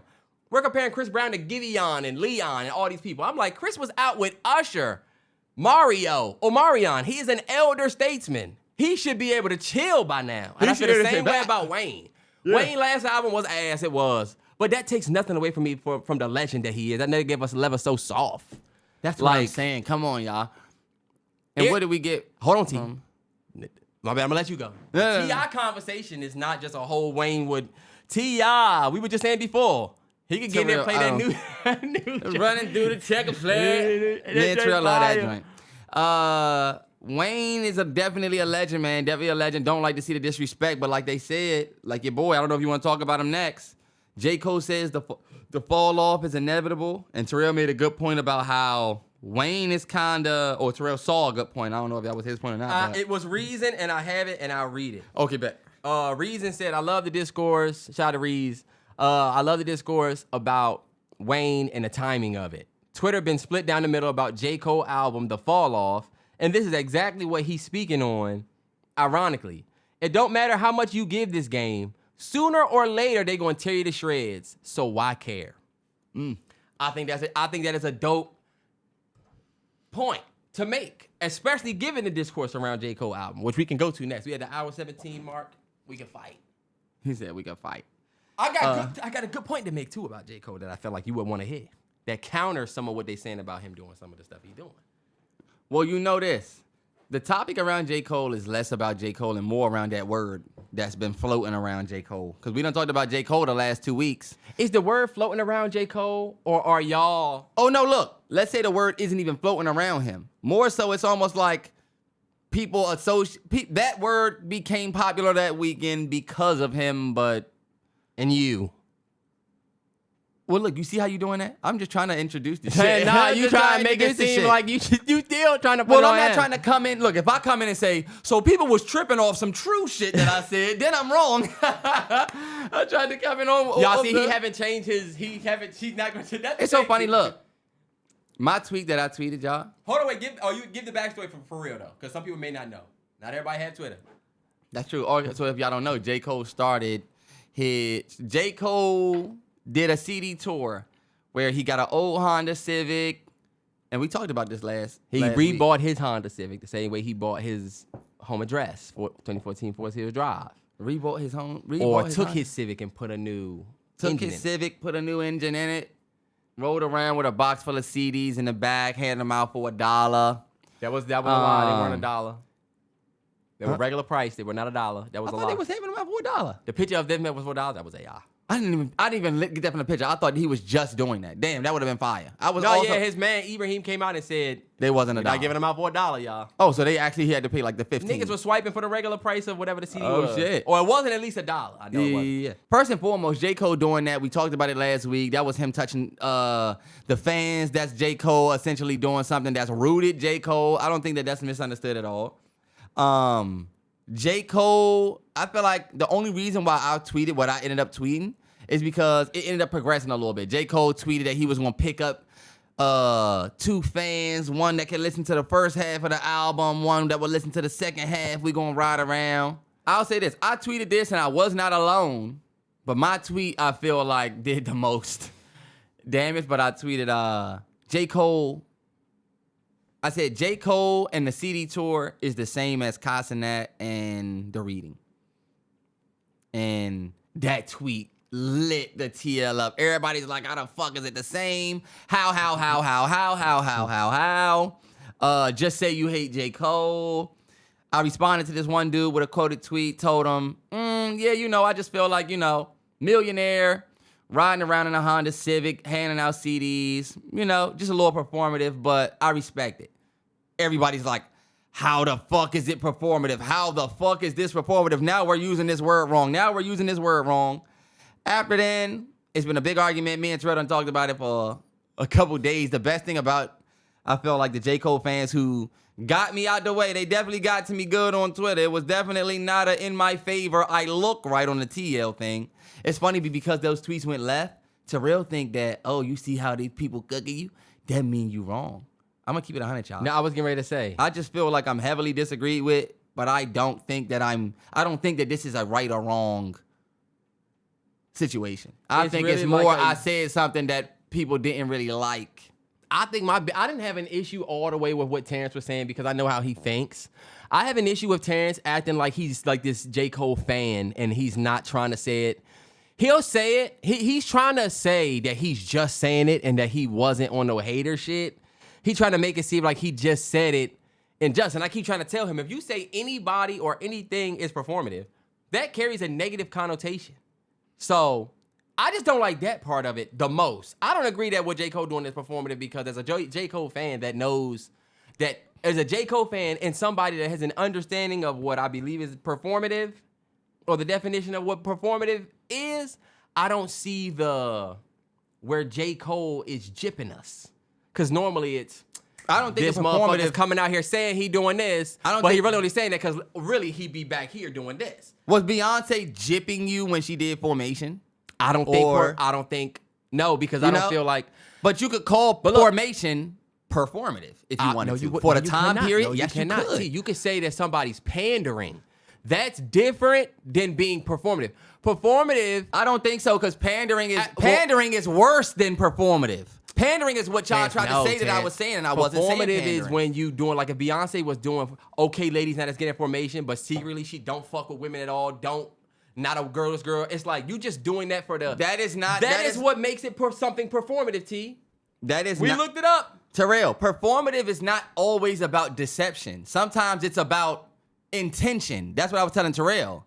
When you're performative, you have an intention to do something. You don't always have an intention to lie. Being performative is not always, I'm going to act like I'm brave, but I'm scared. Or I'm going to act like I got money, but I'm broke. That's not always performative. Performative is about intention. Let's see. Performative is doing something with two intentions. Okay, but let's read the definition because we actually literally went online to get the definition of this. It says, being performative means someone is doing or saying something mainly to be seen doing it, not because they genuinely believe it or plan to follow through. Yeah. I don't see how you can hear that, right? I don't see how you can hear that and then say that what I'm saying about J. Cole is not performative. Because it says, I fuck with bruh, but saying something mainly to be seen doing it, or but not because they genuinely believe in what they're doing. Yeah. You can't say that J. Cole doesn't believe in doing what he's doing right now, which is riding around and seeing all of his fans on some humble shit. Yeah. Because that is literally who he's always been. So it's literally no way this could be performative. It's so funny because based on this definition. people keep telling me J. Cole has always been a humble guy. J. Cole has always been performative. Okay, Terrance, no. J. Cole has always been a humble guy, and I get it at his core. But J. Cole also does do a lot of moves that you could say is him, and you could also say is a good look. And I feel like he always gets a double.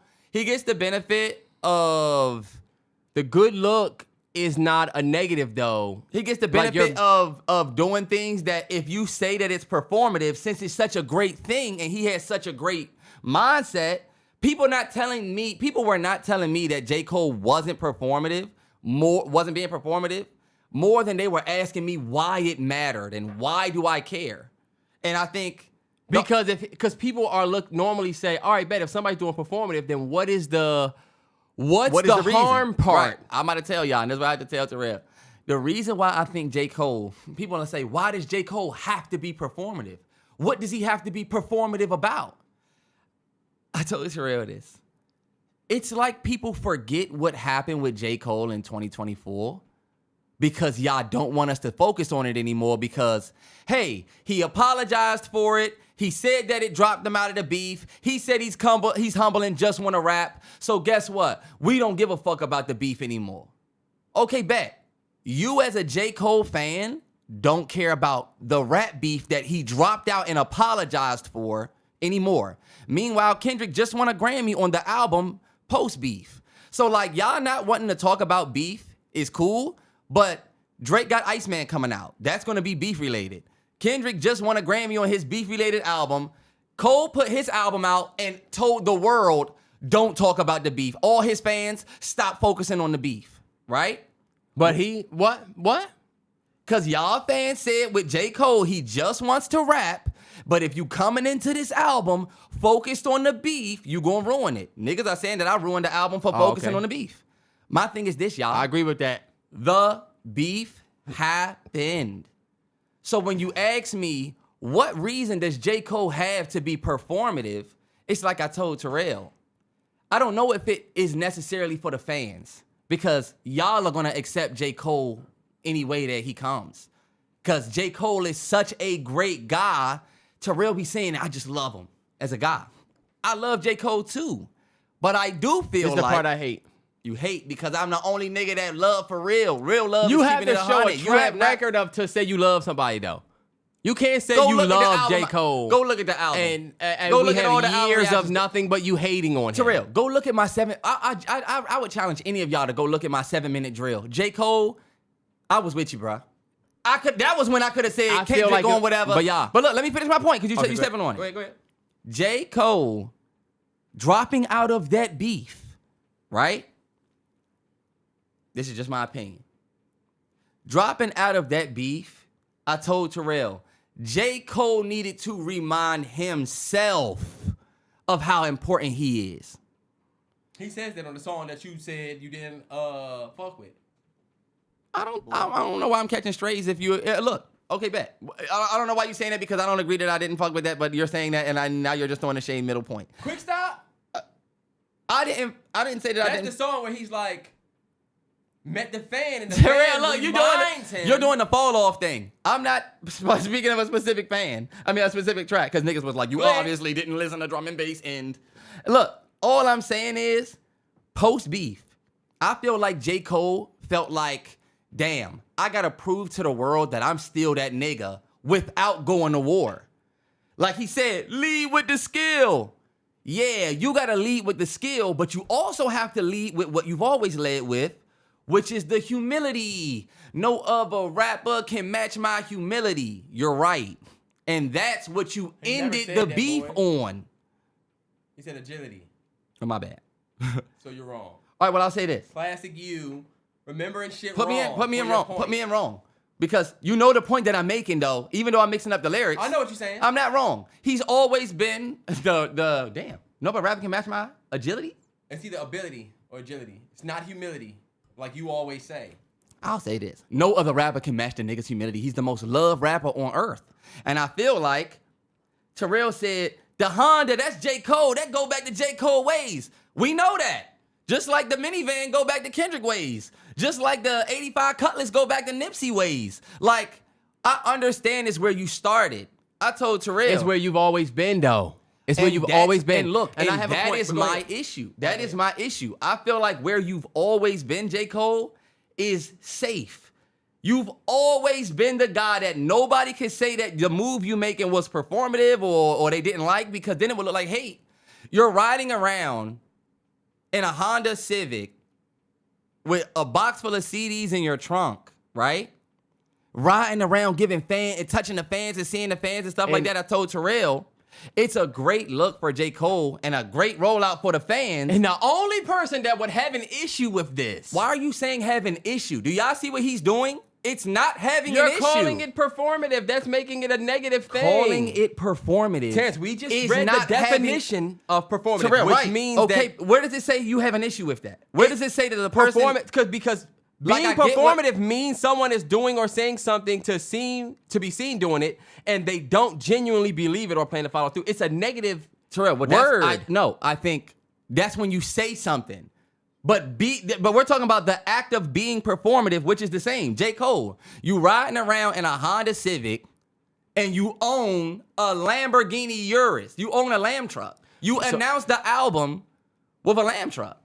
So you riding around in the Honda Civic is you continuing the image of the humble guy. Look, bruh, I still got a Civic like you. No. You have a Lamb truck that we saw you washing. So you want to come around the guys that don't have a Lamb truck and show them that you still J. Cole. Why would he need to do that?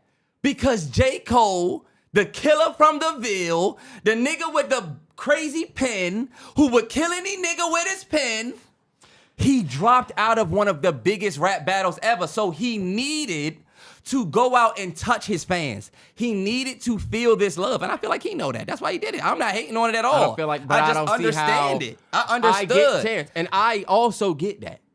I still don't think, I just think you used the wrong word. This is what J. Cole fans were doing all week. No, first of all, I get what you're saying, bro. I just don't like you saying it. You're just using the word, you're using the word performative wrong. And you're trying to like you said. I disagree. You're trying to take the puzzle piece and stuff it. I disagree. I think you're using it wrong. I'll say this, T, because I feel like I'm a J. Cole fan that was pissed off about him dropping out of beef. I hate that we have to keep talking about it. Niggas like Terrance represent the side of hip hop that will never let it go. But J. Cole keeps talking about it.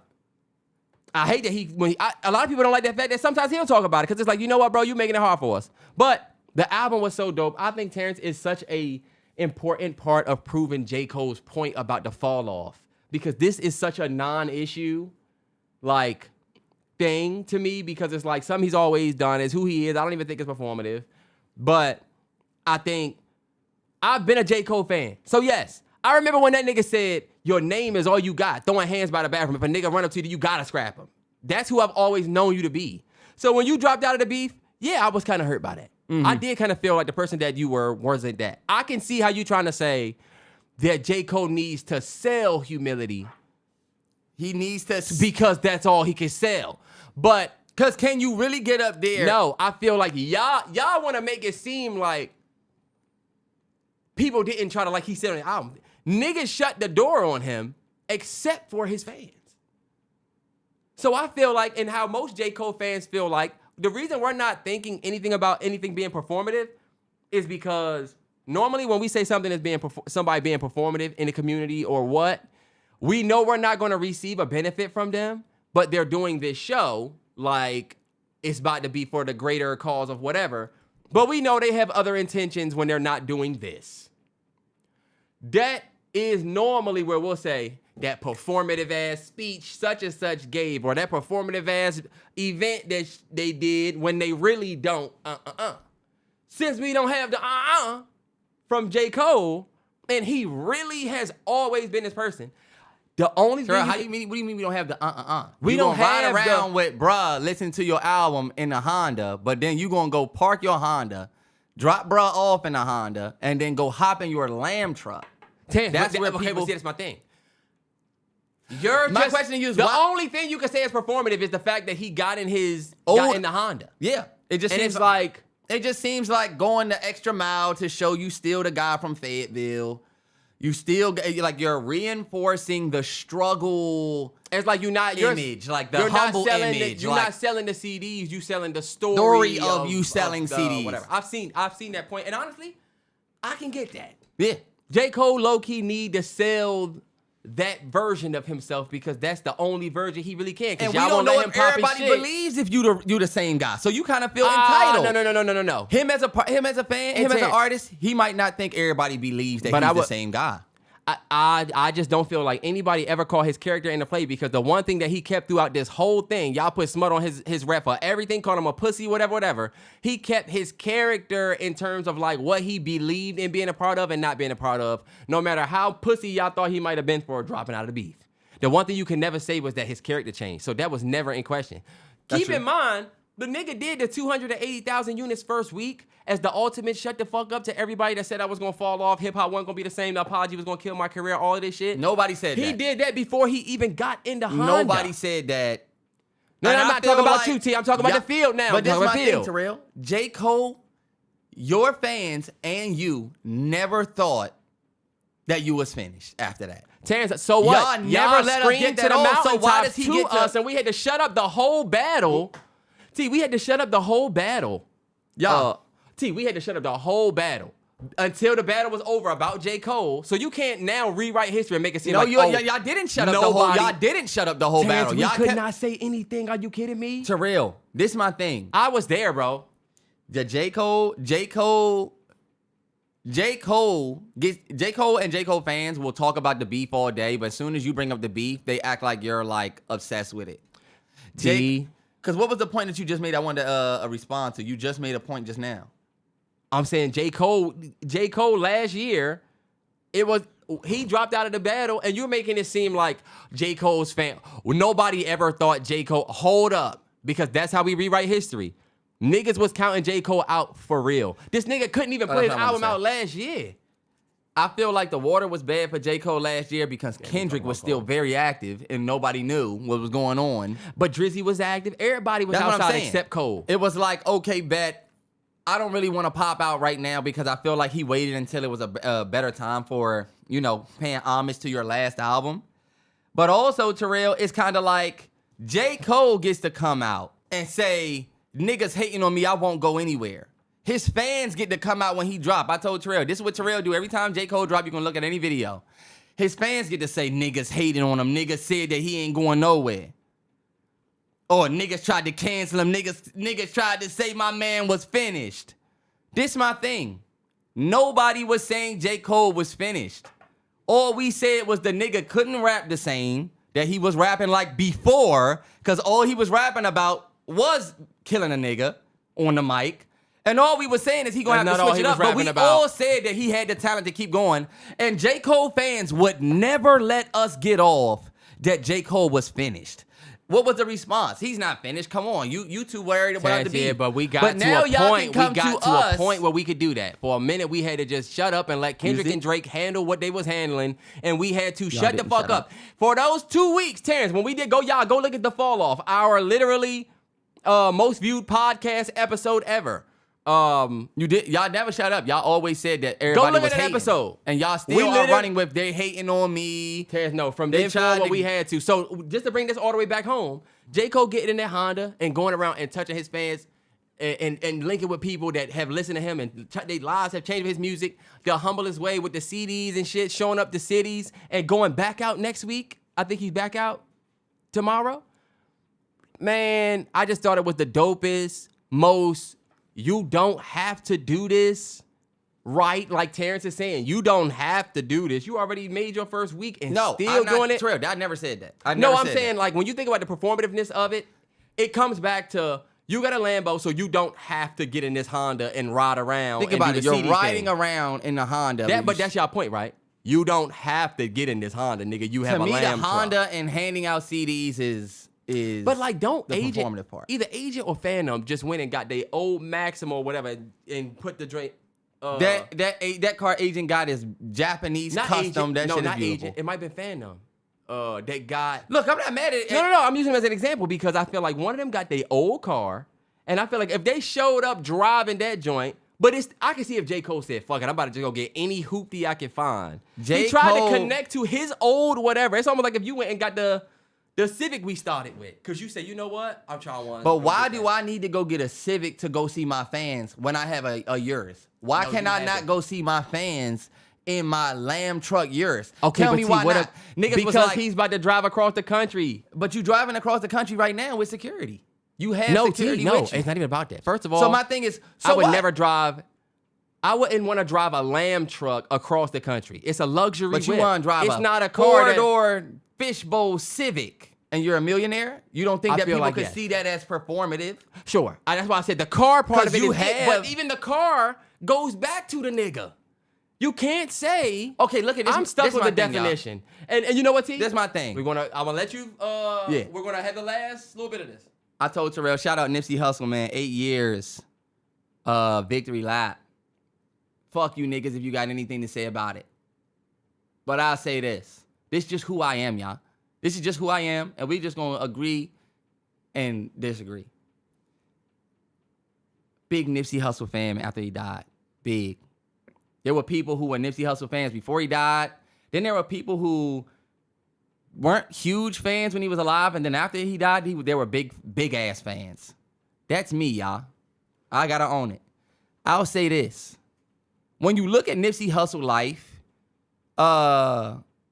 first car he had was an 85 Cutlass, you know? If Nipsey were to get back in an 85 Cutlass and go back to Crenshaw for the one time, you know what I'm saying? Nobody on going back. What if he said, I'm about to do Proud to Pay again? Proud And to I'm Pay, gonna we go gonna do- around and sell we're my gonna do CD. a $100 album again. You know what I mean? Like, No. He don't do that. He's done that before. This time he just goes around in the Cutlass selling the CD, but it's the regular price CD. You just know he's done the Proud to Pay thing before. Because people gonna throw at J. Cole, he never did a whatever tour in his Civic. Whatever. But he's done Dollar in the Dream. He's done random pop-ups, whatever, all of this shit before. Yeah. Now imagine if a nigga said, oh, he doing that performative ass shit about Nip.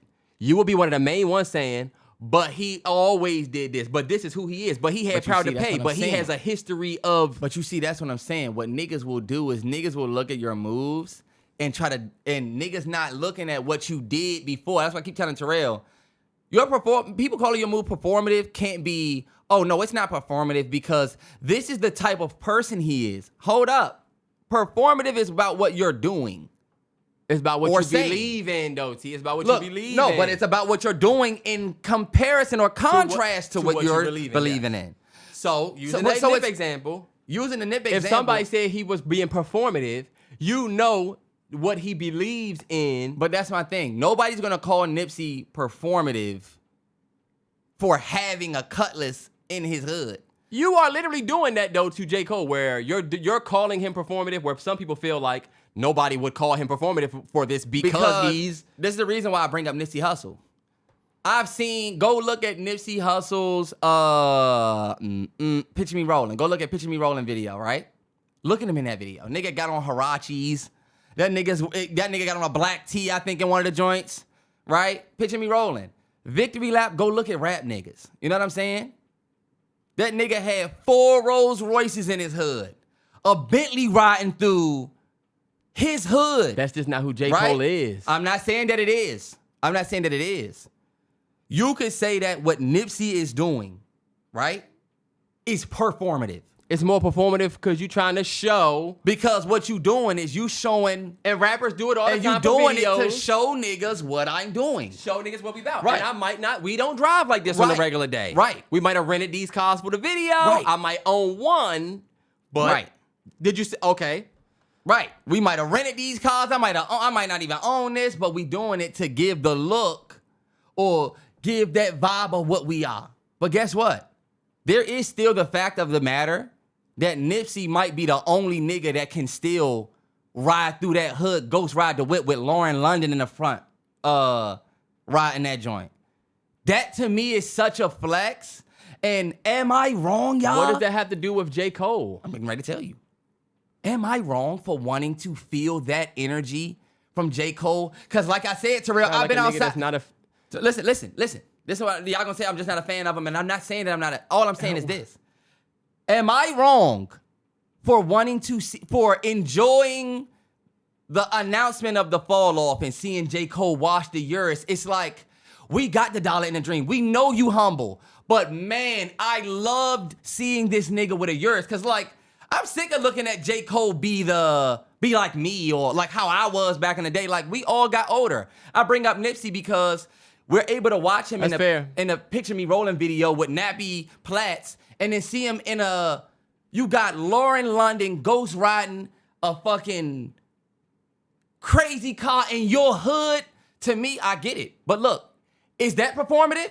Yes, and y'all. you're comparing the video, because J. Cole in his video, he popping his shit. But look at the 2-6 video, and you'll see him having a little bit, or you can see the production But value. imagine, y'all, Nipsey do the video riding through the hood with the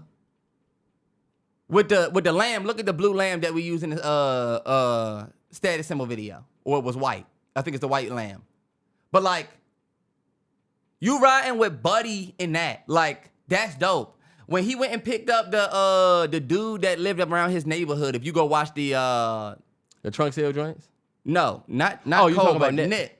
Nip picked up the old dude that was sweeping around his way, took him to the joint, got him clean, let him ride in the Rolls Royce. To me, I don't know why, I just feel like That's different. I feel like that's dope, and I feel like that's performative also. But you can't say. But look, T, you would have an issue with that. But look, if that- somebody got on there and said, "Man, I'm what trying Nip to is show- doing is the same as Ka." Look, I'm trying to show y'all that performative is not negative when it makes sense to your story, or it makes sense like you Oh wouldn't my have God, called yes, Beyonce. okay, yes, Tish, like I I agree said, you with you. wouldn't have called Beyonce performative during Formation, or during the Who Run the World Girls.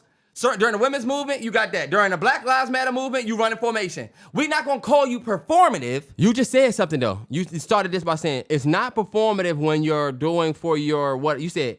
It's not performative. It's not performative if it's in line with like your movement. If it don't look like you doing like, because think about it. Keep going. Nipsey riding around in a Phantom or riding around in a Bentley, that is who I am now. Me riding around in an 85 Cutlass with the old, I got on my old gang gear, y'all. Look, I got on my old, I got on my Dickie shorts, I got on my Chucks, I'm in my Cutlass. I'm about to ride around to everybody hood. It would look like, But J. Cole Why? is the same person. He look, didn't. why are you doing that, Nipsey? When But T, you got a Rolls Royce. Why Okay, not roll cool. through your hood in But- a Rolls? That's how niggas think. one something thing, niggas. black on black Mercedes Benz tattoo all my lady friends, Nipsey on they titties, right? Yep. Mo gang than ESPN. We turn them hoes to watched lesbian. Nipsey go from that Cutlass to the bigger Benz, and then his famous Benz that's parked outside the what's the name? The picture of his Benz parked in front of the Marathon store. Yeah. J. Cole rode a fucking bike for years around New York City. Yeah. Literally, you can see this nigga on a bike. Okay. So going to a Civic, this is where it's different from me, because you said, oh, this is who Nipsey used to be. You're right. He used to be that guy. J. Cole, And he never. it's the same guy graduated into this. J. Yes. Cole seems like the same Terrance, guy. no, but y'all, and J. Cole is fans. is that a bad thing, y'all? J. Cole fans, y'all would feel this. When we see J. Cole looking at the Lamb, we feel that same joy you feel. But we feel like, man, look at the guy that will ride around in an old And an joint. old joint, but now he got a He got a has a lamb. Yes, we that's how I feel felt. we feel happy for him, but when he decides, you know what I'm about to do, y'all? I got my whip. I put a new engine in this bitch. I'm about to whip this bitch around the states and link up with fans. It just looks. We don't like think J. you Cole, about to don't put need to do- Terrance. I'm a nigga that has a very expensive car, You don't need to do and that, J. Cole. I spend at least. Oh, you I'm know not gonna what, say what I Cole? spend in maintenance a year. You do need to. See, do no, that. wait. I'm not. I have a very nice car, and I would never drive my car if we decide to go on a whatever road trip. Nigga, we are getting an Enterprise, something like a Civic, and gonna drive that. If I Cole- just want to dispel that he should drive his Lambo. No. across. I don't think Y'all he should. want the nigga to put a $250,000 machine on these highways and put all the miles on the yours? Let's stop doing that. You're a fucking millionaire. Let's stop doing that. He's trying to save mileage. I'm Fuck not out of saying- here. I never said that, T. If I I'm can't talking get about- off that he should take his yours, let's not do that. He should I'm save responding gas to and, no. and You can't now maintenance. change it to Because the nigga's not doing it anymore, What right? it was about. The nigga not even driving like that. Terrance, he's driving to every state. No, look, he's driving. He's not going 50 states. He's I not don't know if 50 he's gonna do states. all 50, but the 'Cause nigga my has thing is gone like- from Atlanta, I'm sorry, North Carolina. They going everywhere. All J. Cole fans, I ask y'all this right now. Would you rather listen to J. Cole's The Fall Off with him and his new Lamb truck? Or would you rather listen to The Fall Off with him in a Civic? And if you're a J. Cole fan, you gonna say it my don't matter, right? If I you a J. want Cole, to be in that Accord or Civic with the CD, listening to it on the terrible ass you speakers see what from the I Double mean? Den. You see what I mean, That y'all? is a J. Cole experience. And that's my thing. Man, I wish I would have went out Cole with the niggas. fans are like cool with J. Cole staying the guy from Fayetteville. Yes. But it seemed like Yes. every single time the internet or the world has challenged J. Cole to be more than the guy from Fayetteville, it seems like he doesn't want it and his fans don't require it. And guess what? On some, you woke my son up. I'll fight you. On some Kobayashi, oh shit. The joint breaks. J. Cole is low key the only artist we can say, right? That think about what they say about him and how low key he's bucking a trend.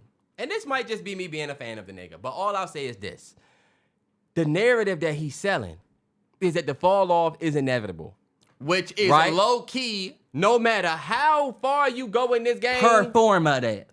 no matter But- no matter how far you go in the game, no matter even if you're doing the humble thing, riding around in a Civic, they going to come. You're going to try to He take has you the down most from perfect that spot. setup ever. Look right? at what he's doing. He But has the see, most look, perfect setup ever. Look at what Anything people- that you y'all- say about him is hate. Look. Yeah, look at what people are saying about J. Cole. Did y'all hear T? What people saying? J. Cole make the same album over and over and over. I've been saying that. And look, they're good albums. J. but Cole, look. J. Cole make the same album over. Every album he J. Cole. Every album he in the Ville. Every album is this. He won't do every this. album is about how. Okay, but guess what, y'all? This is where I feel like J. Cole bucks the trend, and y'all can't say this, and you know you can't. And I'm about to put the nigga on the spot and watch this. Watch him shake. this I was your want you game to point? give me, this is what I was thinking earlier.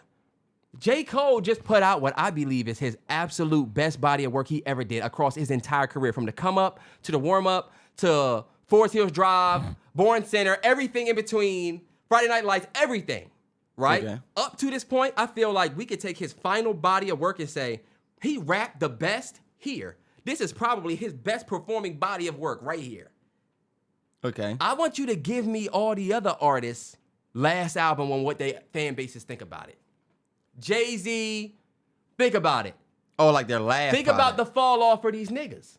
Jay-Z, you went up, and then guess what? People start saying, oh, I don't like this album, I don't like this album, I don't like that album. And they did it for J. Cole a little bit, right? But 444, your core fans won't say that's your best album.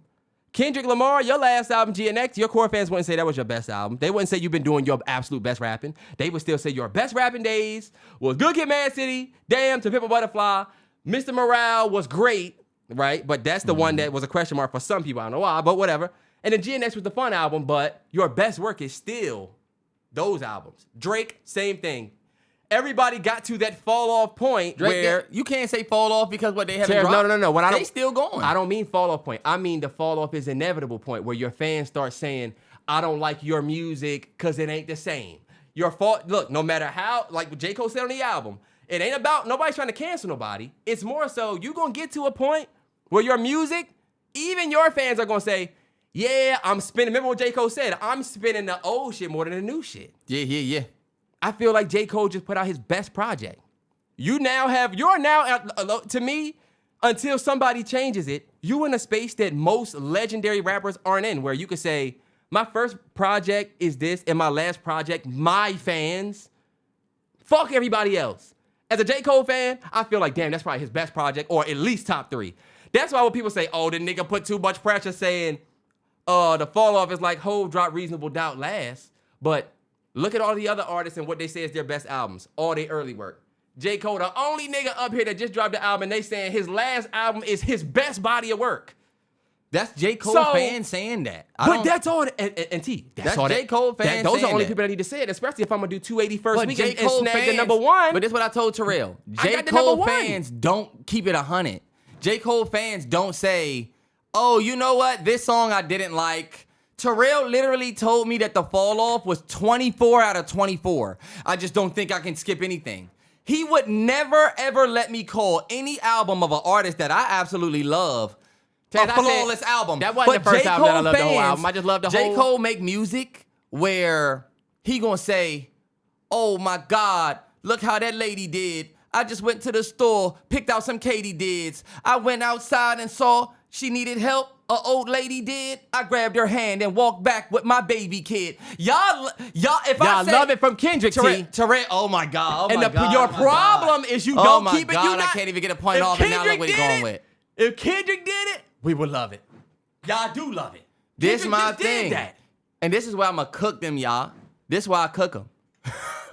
This is why I cook him, y'all. Look, an hour in. Kendrick does what J. Cole does and more. J. Cole does not do what Kendrick does. J. Cole does not do what Kendrick does. Wait, what you mean? What you mean? What we talking about? Okay, let's talk about whacked out murals. Let's talk about...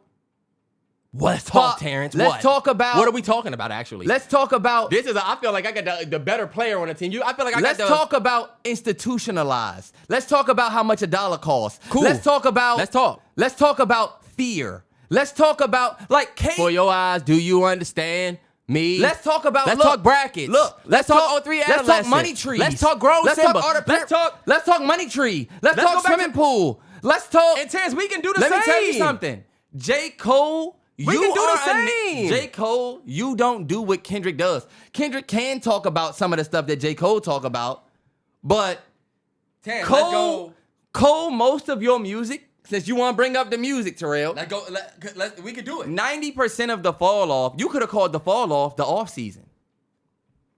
You could have, like, what's really the difference between the fall off, Might delete later, and the off season? Terrance, look. What's really the difference besides the nigga that just feel like he don't really want to rap, but I'm still the GOAT. I'm still the best rapper. This is my point right here. Damn, what happened? And this is my point right here. Think about... Damn. You got me. Think about how the conversation that they saying is, what's the difference between this album and the next one? Because they can't say the album is ass. So they have to say it's either mid or the same or whatever. No, but because what we guess saying what? Is, I thought it was a classic. I didn't say that it was his best album ever. I didn't say that it was his best album ever. Damn, but the fact that you even putting it up in a certain category where you're like, damn, this is a crazy good ass album, better than, do you think it's better than Forest Hills Drive? I think it's better than Forest Hills Drive. You think that, and you don't feel that way about any other artist's premier album that they put out and their rap ability now. I mean, of course, yeah, Kendrick and Drake maybe, right? But they still, nobody, right, but the facts, but see, the facts are, nobody says their latest albums. Because I don't think it's better than Forest Hills Drive. Nobody says their latest albums have them here. People are saying J. Cole's latest album is some of his best work. It just came out. If I say that J. Cole's album was mid, there's people who are saying, Mr. Morale came out, niggas didn't say it was his best project. Oh, we call albums mid so fast, we don't get to live with it. But J. Cole fans are calling it classic fast. So that's why it's like, and also, you're comparing this album to a bunch of J. Cole albums. I'm going to keep it a hundo. The Fall Off doesn't hold a candle to Good Kid, Mad City. It doesn't hold a candle to Damn. It doesn't hold a candle to Pimp a Butterfly. To Pimp a Butterfly. So those are just really good albums. You put out a really good album for you at the end of your career, but trying to change it. You trying to make it seem like you trying to change it. There's no other artist out right now that you could say their latest project. Well, there is. Their latest is their greatest. There's a few. I'm not gonna disrespect people because I know there's a few people that just dropped.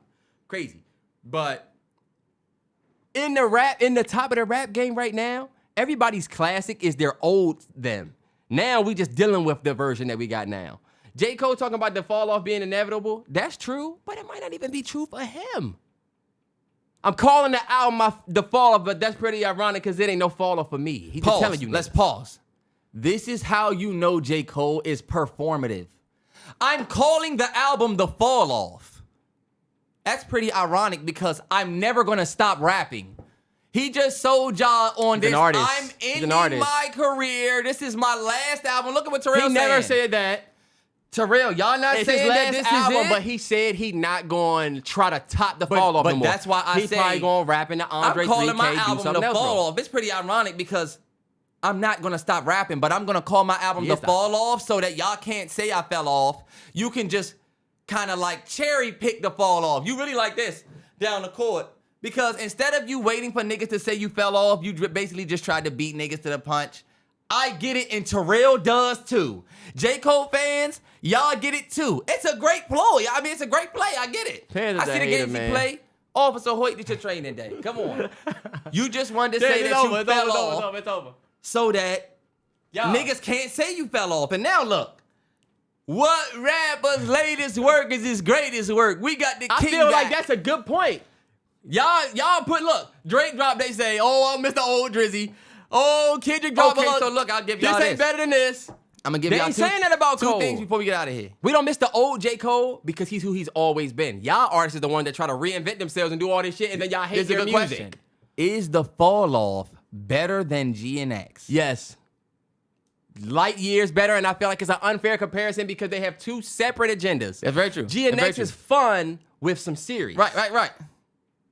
Because I'll give The you that. fall I will off gi- has a- I will give if a Because person if I wanted- pick 10 and you only have, you're gonna play Peekaboo and some of them joints, and it's gonna be a vibe. it's gonna be a wash. But if it's just too, J. Cole, the subject matter is just different. it's too I much don't know. hip hop on.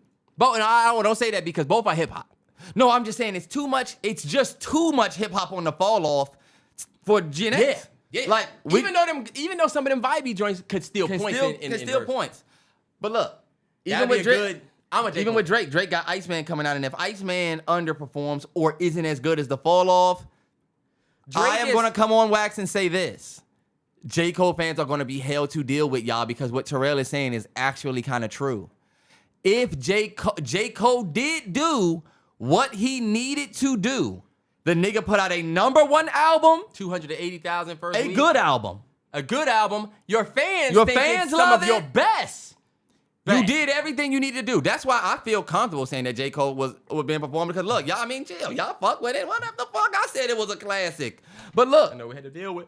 when it comes, and then this is another thing I wanted to say. Everybody was like, but you didn't say Kendrick was performative. I'm one of the only people that called Kendrick performative. Me. I'm one of the only people that call Kendrick performative. Go look at our Watch the Party Die. We got killed for Go it. watch every time we talk about Watch the Party Die. Go watch us talk about when Kendrick went and got on Playboy Cardi song. So we've been asking these questions. We might not have used the word Drake and performative. Are we really gonna act like we didn't call Drake performative? Really? I'm the one that got up there and said Drake was low key wanting to have a Future vibe. Remember I got killed for that? Oh God, that was the beginning of the beef. Drake, oh my God. I said Drake low key wants to be Future because that was before the beef. yeah. I remember arguing about it on the podcast at your old place. And I got and all the Drake fans were like, "Wow, this is ridiculous." Cause you was like, he wanted to be, bro. Terrance, yeah, you have done a I number. stand firm on the fact that a lot of niggas wanted Pluto's wave. He had one. Look, who got an R&B chick first? Who? Jay. Come on. That's what you And look, probably hella other niggas, Neo other niggas, but I'm just on Future. Diddy now, they was all doing it. But all I'll say is this: Terrell makes a good point. But we you try to hold name all all that shit like we don't got joints, hold man. all these rappers to the same standard. But when it comes to Cole, and then I know I'm not out of focus. Oh, okay, bad. When it comes to J. Cole, you can't. Y'all act like for some reason we picking on him, and we ain't. Hey, but look, this one thing I'll say, y'all. I love the discourse because I want y'all to know that it's not hate. It seemed like it. But Terrance, I think we passed it. I thought for years. I don't think you're gonna. You say stuff. Y'all like don't see the love where I go and remember say, when my mama used to make me mac and cheese? That was 9 years ago this year. yeah, y'all. You have next year, oh, especially after this one, you did your thing, brother. After this year, you will have a decade of J. Cole hate. Cole albums, singles. I remember when my boy, remember when my boy dropped with Wale? I need one of y'all to go and make me a big compilation of me showing J. Cole nothing but love so we can dispel all the bullshit.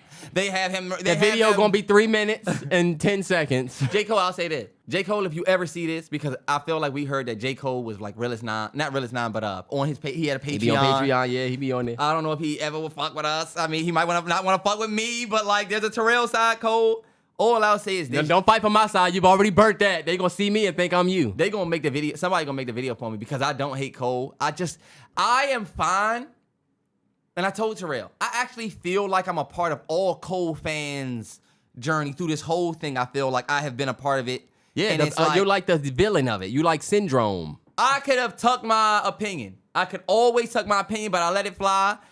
They killed me. I had a couple people get some viral tweets retweeting me. And I don't feel like, do y'all know in the moments I don't feel like I'm getting cooked? Y'all know when I feel like I'm getting cooked more? When I make a basketball or football take and then you get killed like that. Then that's when it feels worse. Because you literally will not be, you're unshakable on J. Cole. And well, it's I really just know ridiculous. I need to be able to speak. I can't Y'all will tweet. think, even when you think, all right, y'all. Now, it's almost like the fucking creature that you in the movie go, he's dead. All right, y'all, we can move on. This motherfucker wake up. Like, and it's because Terrance he will not change his whatever. That's why. Y'all see how he's saying that? But will J. Cole fans change? But you're not going to see me saying y'all won't change. Because, and you know what, y'all? Just wait. And y'all need to bear with me and get ready, right? Because y'all not going to see it coming and y'all going to try to cancel me. But I'm really going to be talking to him. Somebody that Terrance fuck with is going to do something down the line from now. I need y'all to remember this moment. They're going to do something that's not performative, that he's in love with. Oh, did you see this artist do this? I'm going to call it performative. Y'all don't kill me because y'all know I'm just going to be doing that. He's not going to remember because I'm going to make sure it's a good couple years down the line. You're making it seem like I'm calling J. Cole performative for no reason. I'm not. I'm going to put you just in the same spot that you put me in where now you make us try to agree with your semantic that ain't even the right semantic because I read him the definition he don't want to hear. I schooled you on the definition. I gave it to you. I feel like that's a good combo. This is a good combo, bro, right here. This one. Here's what I was, okay, look, we're going to move on. I do want to say this before we get out. We over to whatever. Baby Keem dropping a project this Friday. We will be there for it. Music Monday next week. 100. I'm actually very, very excited. He's been gone for a minute. So low key. I was getting ready to say, I feel like Keem Hey, that Kendrick sample. We need to wait for the whole song because need I still the think it whole might track. be fire. That joint Kendrick was on that joint. Right? Nah. I felt the same way when I heard. I said, this don't seem to. Well, it depends. Kendrick get with Keem and start doing stuff he just don't. That's why I'm like, all right. Get with Keem and start doing stuff that he just don't do on his own shit. Yeah. But I'm interested to see what that's gonna look like. So they got a project dropping. What I think is the most dope about it is the fact that Kendrick was allowed to have his whole moment all the way up to his album, the Grammys, the tour, the Grammys. Now that Kendrick is pretty much done with the wave of G and X, right? Yeah. Now that the Grammy cycle is gone, he's off to whatever he's into next. But I think it's dope that soon as Kendrick's run is not complete or over, but as soon as we kind of are done with that phase of Kendrick, it seemed like Kendrick about to put that PG Lang hat back on and get behind this Keem wave because he's got Keem here and a small tour. And I feel like the tour isn't super crazy. It's sold out immediately. He's not doing fucking Capital One Arena everywhere. Nah, yeah. But I think this is going to be a dope PG Lang. Hey, Keem might be the next. This could be a huge project that we about to listen to on Friday. Just all I'm thinking. 100%, man. I'm definitely feeling like it was very strategic by TDE to wait for this golden moment, like you're saying, waiting for Kendrick to get through the award season, get through touring. You got SZA out there with him, so it's definitely time for like Keem to maybe put something on his back, man. I definitely felt like we should have heard a little bit more from him, but considering everything that happened, we kind of got to take all of that into consideration. So, yeah, man, definitely excited. Did he say the name of the album yet? It's called Casino. Oh, it's called Casino. I like the title. So I like the title. I'm excited for it. I'm a Robert De Niro fan. Oh, I want to say this big shout out to everybody that's Realest 9 on Patreon. At this point, you've seen the Odile reaction that I did for Music Monday. And you're going to have seen my video. Big shout out, man. The film content is back. Yes, this time man. we tapping into Freedom Writers. I'm not going to make it my movie suggestion, Terrell. I hope you got one. But definitely go tap in because really it's music, man. It's on the music tier, but like I said, I got a Gridiron Gang video that's coming to the film tier. I mean, to the Mallory Bros more tier, and the film videos are for more. The Sorry. film videos are But for more. This video is gonna be on the music tier. Nah, yeah, for sure. Oh, but Because you know we what? feed and. Oh yeah. This video gonna be video. on the music tier. But yeah, definitely shout out to the Realest 9 for tapping in. The new content is the true content. And honestly, y'all, we had some issues with that main account over there. That's why we haven't really been uploading over there. But now that I got some shit worked out, I got a bunch of the stuff main from account. the Patreon that's going yeah. out. We've been saying Thursdays for that, and then we have not been uploading over there. So if you don't have a Patreon, you get fed this week, and we're gonna be dropping a little bit more over there. Yeah. Maybe on some off Thursdays just to try and catch that drain up a little bit. And if Cole got Patreon, Cole, you gotta tap in with us. It's niggas. Look, Terrance, give it up. Cole, you gotta tap in with us. And then this is my thing. I wish somebody could ask Cole if he was truly dissing us when he said he was on 10 and not 9. Terrance, you gotta give this dream up. Like, I feel like he was Give it dissing up. us. It be niggas dissing us, y'all. I don't know if y'all peep. We peep everything. But, like, that I have peeped. And I feel like if you dissing, I just want to know. That mean you seen, but I don't think no. Because if he wasn't dissing them, we wouldn't be discussing. Like That's not true. Like it's PWC. It's a cold world. If that heat on your seat, pussy nigga. If I was a Cole fan, I would skip this chapter of the pod. I would skip it. You know I why? just couldn't. Because y'all don't like hearing the truth. I just can't stand to sit and you still act like a fan sometime. I'm about to start doing that to you. I am. You a never fan. had to deal with me saying I love Future, and when I didn't. Oh, you Terrance, brought up the wrong one. Terrance, go back. Not even make up. Go back. Wake up crew. And go back to Thug. When I said I didn't like them back then, and look, I grew my fandom for that. Them early Thug days. And you know what, T? You know what's fucked up? J. Cole and them don't do stuff like for a nut. Your artists, you will talk about me not liking stuff, and it be the nigga not saying any words. Grippy. Welcome to Brick. Grippy. I'm riding around the 6-speed. Look at Terrance go react to Plutowski. This nigga saying one of the best no songs words. He's saying no words. It's one of the best songs from last year. Let J. Cole say. Anyway, y'all. Yo, I'ma keep it 100. I wish J. Cole would have just used the Plutowski beat and just spit whatever. Terrance, you wanna like what he said? Y'all, I got way more R&B projects that I am tapping into. Y'all about to see. My R&B arc, my R&B soul arc is here. Speaking of R&B, even though Terrell did Ordeal, we had Brent drop. We had Brent drop, but we have not listened to We Brent haven't yet. listened to Brent yet. Seeing some mixed reviews on Brent, but that's kind of more of a reason why we might be able to check him out. We might check him out, but then we also might put a Decades or one of our originals there. So that's still up in the air, y'all. But Yeah. y'all let us know if y'all really want to see the Brent joint before I even just tap it. I'm not gonna tap it yet, but Nah, yeah. it would just be there. I'm trying to get back in the, Yeah. I'm trying to stay in that bag. Hell yeah. But, I mean, I don't really have much T. We covered everything. Did we cover everything we wanted to? Man, we Probably did. for I the don't know week. if you got one, but if you don't, I can just leave a solo one. We'll head it out on a movie suggestion of the week. Come on, man. Yeah. Me and Friday night, found ourselves watching a show that we saw the trailer for earlier in the week, and then we said, oh shit, this just dropped. We might as well just put it on. It was a show called Neighbors, now streaming on HBO Max. The funny thing is, it's really just a bunch of like, my sister-in-law Gigi said that it was just a bunch of Karens. And low-key, it is, y'all. It's a situation where like basically, bruh puts a different color pavement in his driveway, and all of his neighbors have a problem with it. And they talk to the neighbor, they talk to the dude who owns the driveway. And you basically just find yourself looking at neighbor situations where this neighbor thinks that life should be one way, and this neighbor thinks life is fine this way. I don't know what their issue is. I'm telling you, I don't know why. Every Friday night at 9. We watched the first episode of that joint, and I'm not gonna lie, we probably finished that joint. I'm gonna make. I see a GD. Terrell said they didn't like it. It's one of the when they ones first where you be watched like, "This is dumb as shit," and then you just kind of get caught in it because you're like, "Okay, I'm actually invested to see what's gonna happen to bruh horses." But my movie suggestion of the week, y'all, is Monsters Incorporated.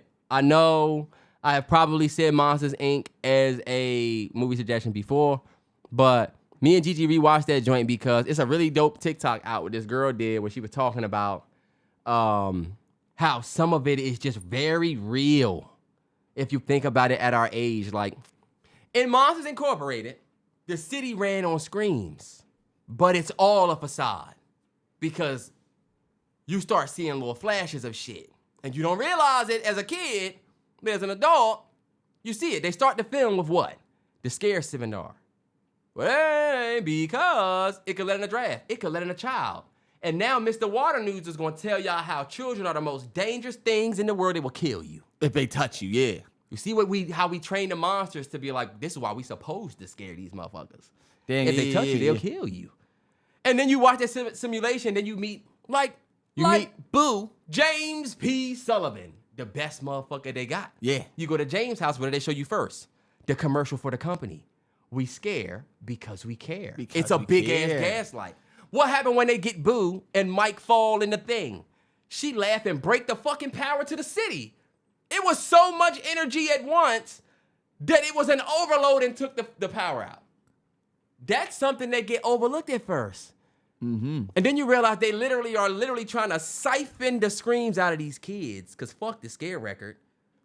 It's like the most, if you look at it with adult eyes. Damn, you know what? You just opened my perspective. You see traces too, of because capitalism in Dr. Water News. Him saying, I'll kidnap 1,000 children before I let this company die. Ooh, He'd be like, yeah. He'd be like, my father gave me this company and I'll do anything to keep it afloat.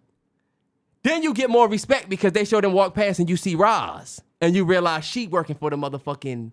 She working Dog, for the I'm telling you, if y'all go watch that 2319. film and you think about Randall character and how he can never win.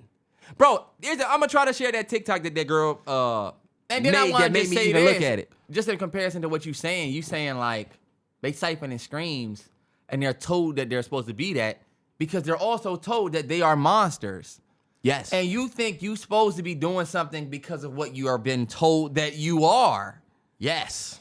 When really, Oh, yeah, there's so you many. can go in there and not even be a monster. Mike could go in there and get, Yes. but he's not been told that he was a monster worthy. You know what I mean? Because in the world, to be good, you have to go get screams Yes. to be successful. But you don't. And it's a beautiful metaphor about how the guy who's not the James P. Sullivan, the Mike, sometimes is that energy. It just goes to show that y'all know how Disney movies tell you a bunch of different metaphors at once. You can look at it like that, where it's like damn, we thought that this is what it took. Yeah. But as a person, as a kid, you could think, I can be different and it's cool because I can still win. And that's all an animated film has to do. Anyway, Monsters, Inc. is on Disney Plus. I had to tap this motherfucker because now Disney Plus don't let you use the code. I had to call him and get the We're Not Home code. They doing the Netflix thing. So I'm literally, and now that I'm trying to get crew into like better Movies, you need stuff, that. Yeah. I need Disney Plus. Yeah, And you like do. we probably do Bluey. If he gonna watch a little TV, Bluey is actually healthy for like Bluey's not kids to bad. watch.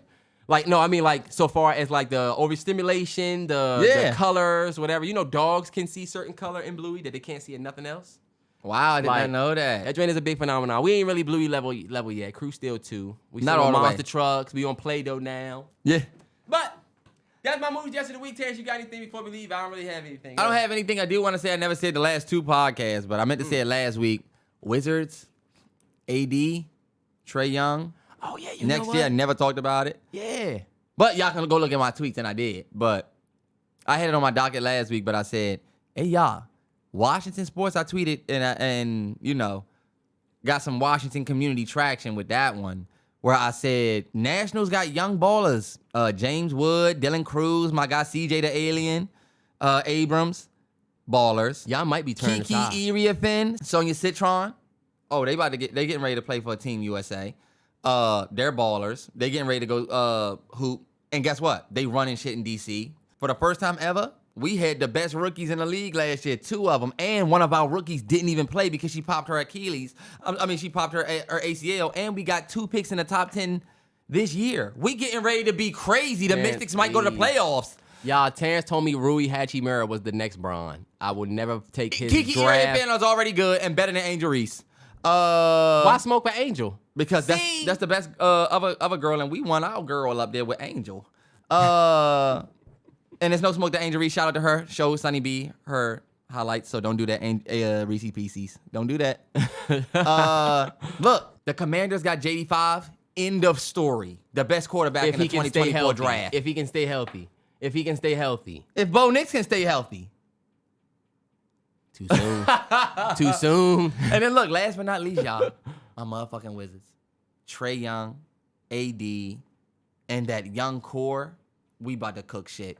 I feel see like Will y'all Riley- might be turning the tide on Washington sports. Washington sports is up. And don't even let me get to the Capitals think because y'all to the Ovechkin's point- still out there cooking. And nobody's saying that y'all to the point where y'all about to win the finals. But if you can get to that point, like the Pistons, bruh, as somebody who's a super casual, the Pistons have always been trash. I'll right? say this. For the first time in Washington history, I feel like I can confidently wear a jersey from every one of our teams. That Nationals. Kiki Ariapin jersey or that Sonia Citron jersey it's good in the W. That JD5 jersey, that Ovechkin jersey, Y'all and always- that Dylan Cruz or James Wood jersey or CJ Abrams, I'm good. For the first time The ever. as a Nationals Washington. are ass, boy. The Nationals not always gonna be ass. And I heard CJ might be a Yankee soon.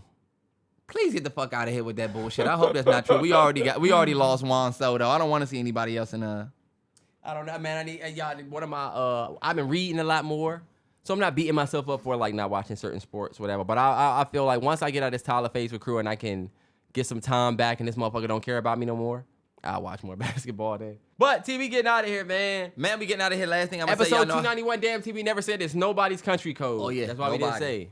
y'all know I leave something for the last listeners. It ain't gonna be a long one. This time I'm gonna say y'all been waking up watching airplanes with my Sonny B. She be saying, airplane. Love it, man. Man, we on planes. I'm gonna give you a plane to take home. One of Crew's little mini ones that he don't really fuck with. Well, you know she like Crew planes. I'm gonna give you one to take. He ain't gonna. Bro, know I have a nothing. picture I'm gonna show you that I love Crew for when he gave her that plane and she was crying in the car and he gave her that plane. And she stopped crying. Oh yeah. He be saying, I know what my girl need. He said, here you go. And she stopped crying. I said, man. Bro, I'm gonna let you have one before you go, because he got these little ones that she would love. But I did want to say rest in peace to Robert Duvall. From okay, yeah. R.I.P. Robert legendary Duvall, actor. man. Just to show y'all, if y'all remember, y'all haven't seen him. He's The been in a bunch of quinceañera. things. The quinceañera from Tom Hagen yeah, from The quinceañera. Godfather. A lot of people know him from The Judge. Robert Downey Jr. and him did that joint. He did a bunch of stuff. But Nah, yeah. Hella Rolls. film legend passed away this week, man. A couple of the death bug been going around, so Man, yeah. wanted to just drop that in there. But Until next week, man, you know how we do, man. It's the realest 9 each and every time. Every Tuesday, MalloryBros Podcast. You locking in with the biggest, sir. yes, sir, man. It's And starting to get sis. warmer. Look, T, it's starting to get warmer. That means that temperature will fuck you up. Take your vitamin C. It's never a time to not play with that. Next time.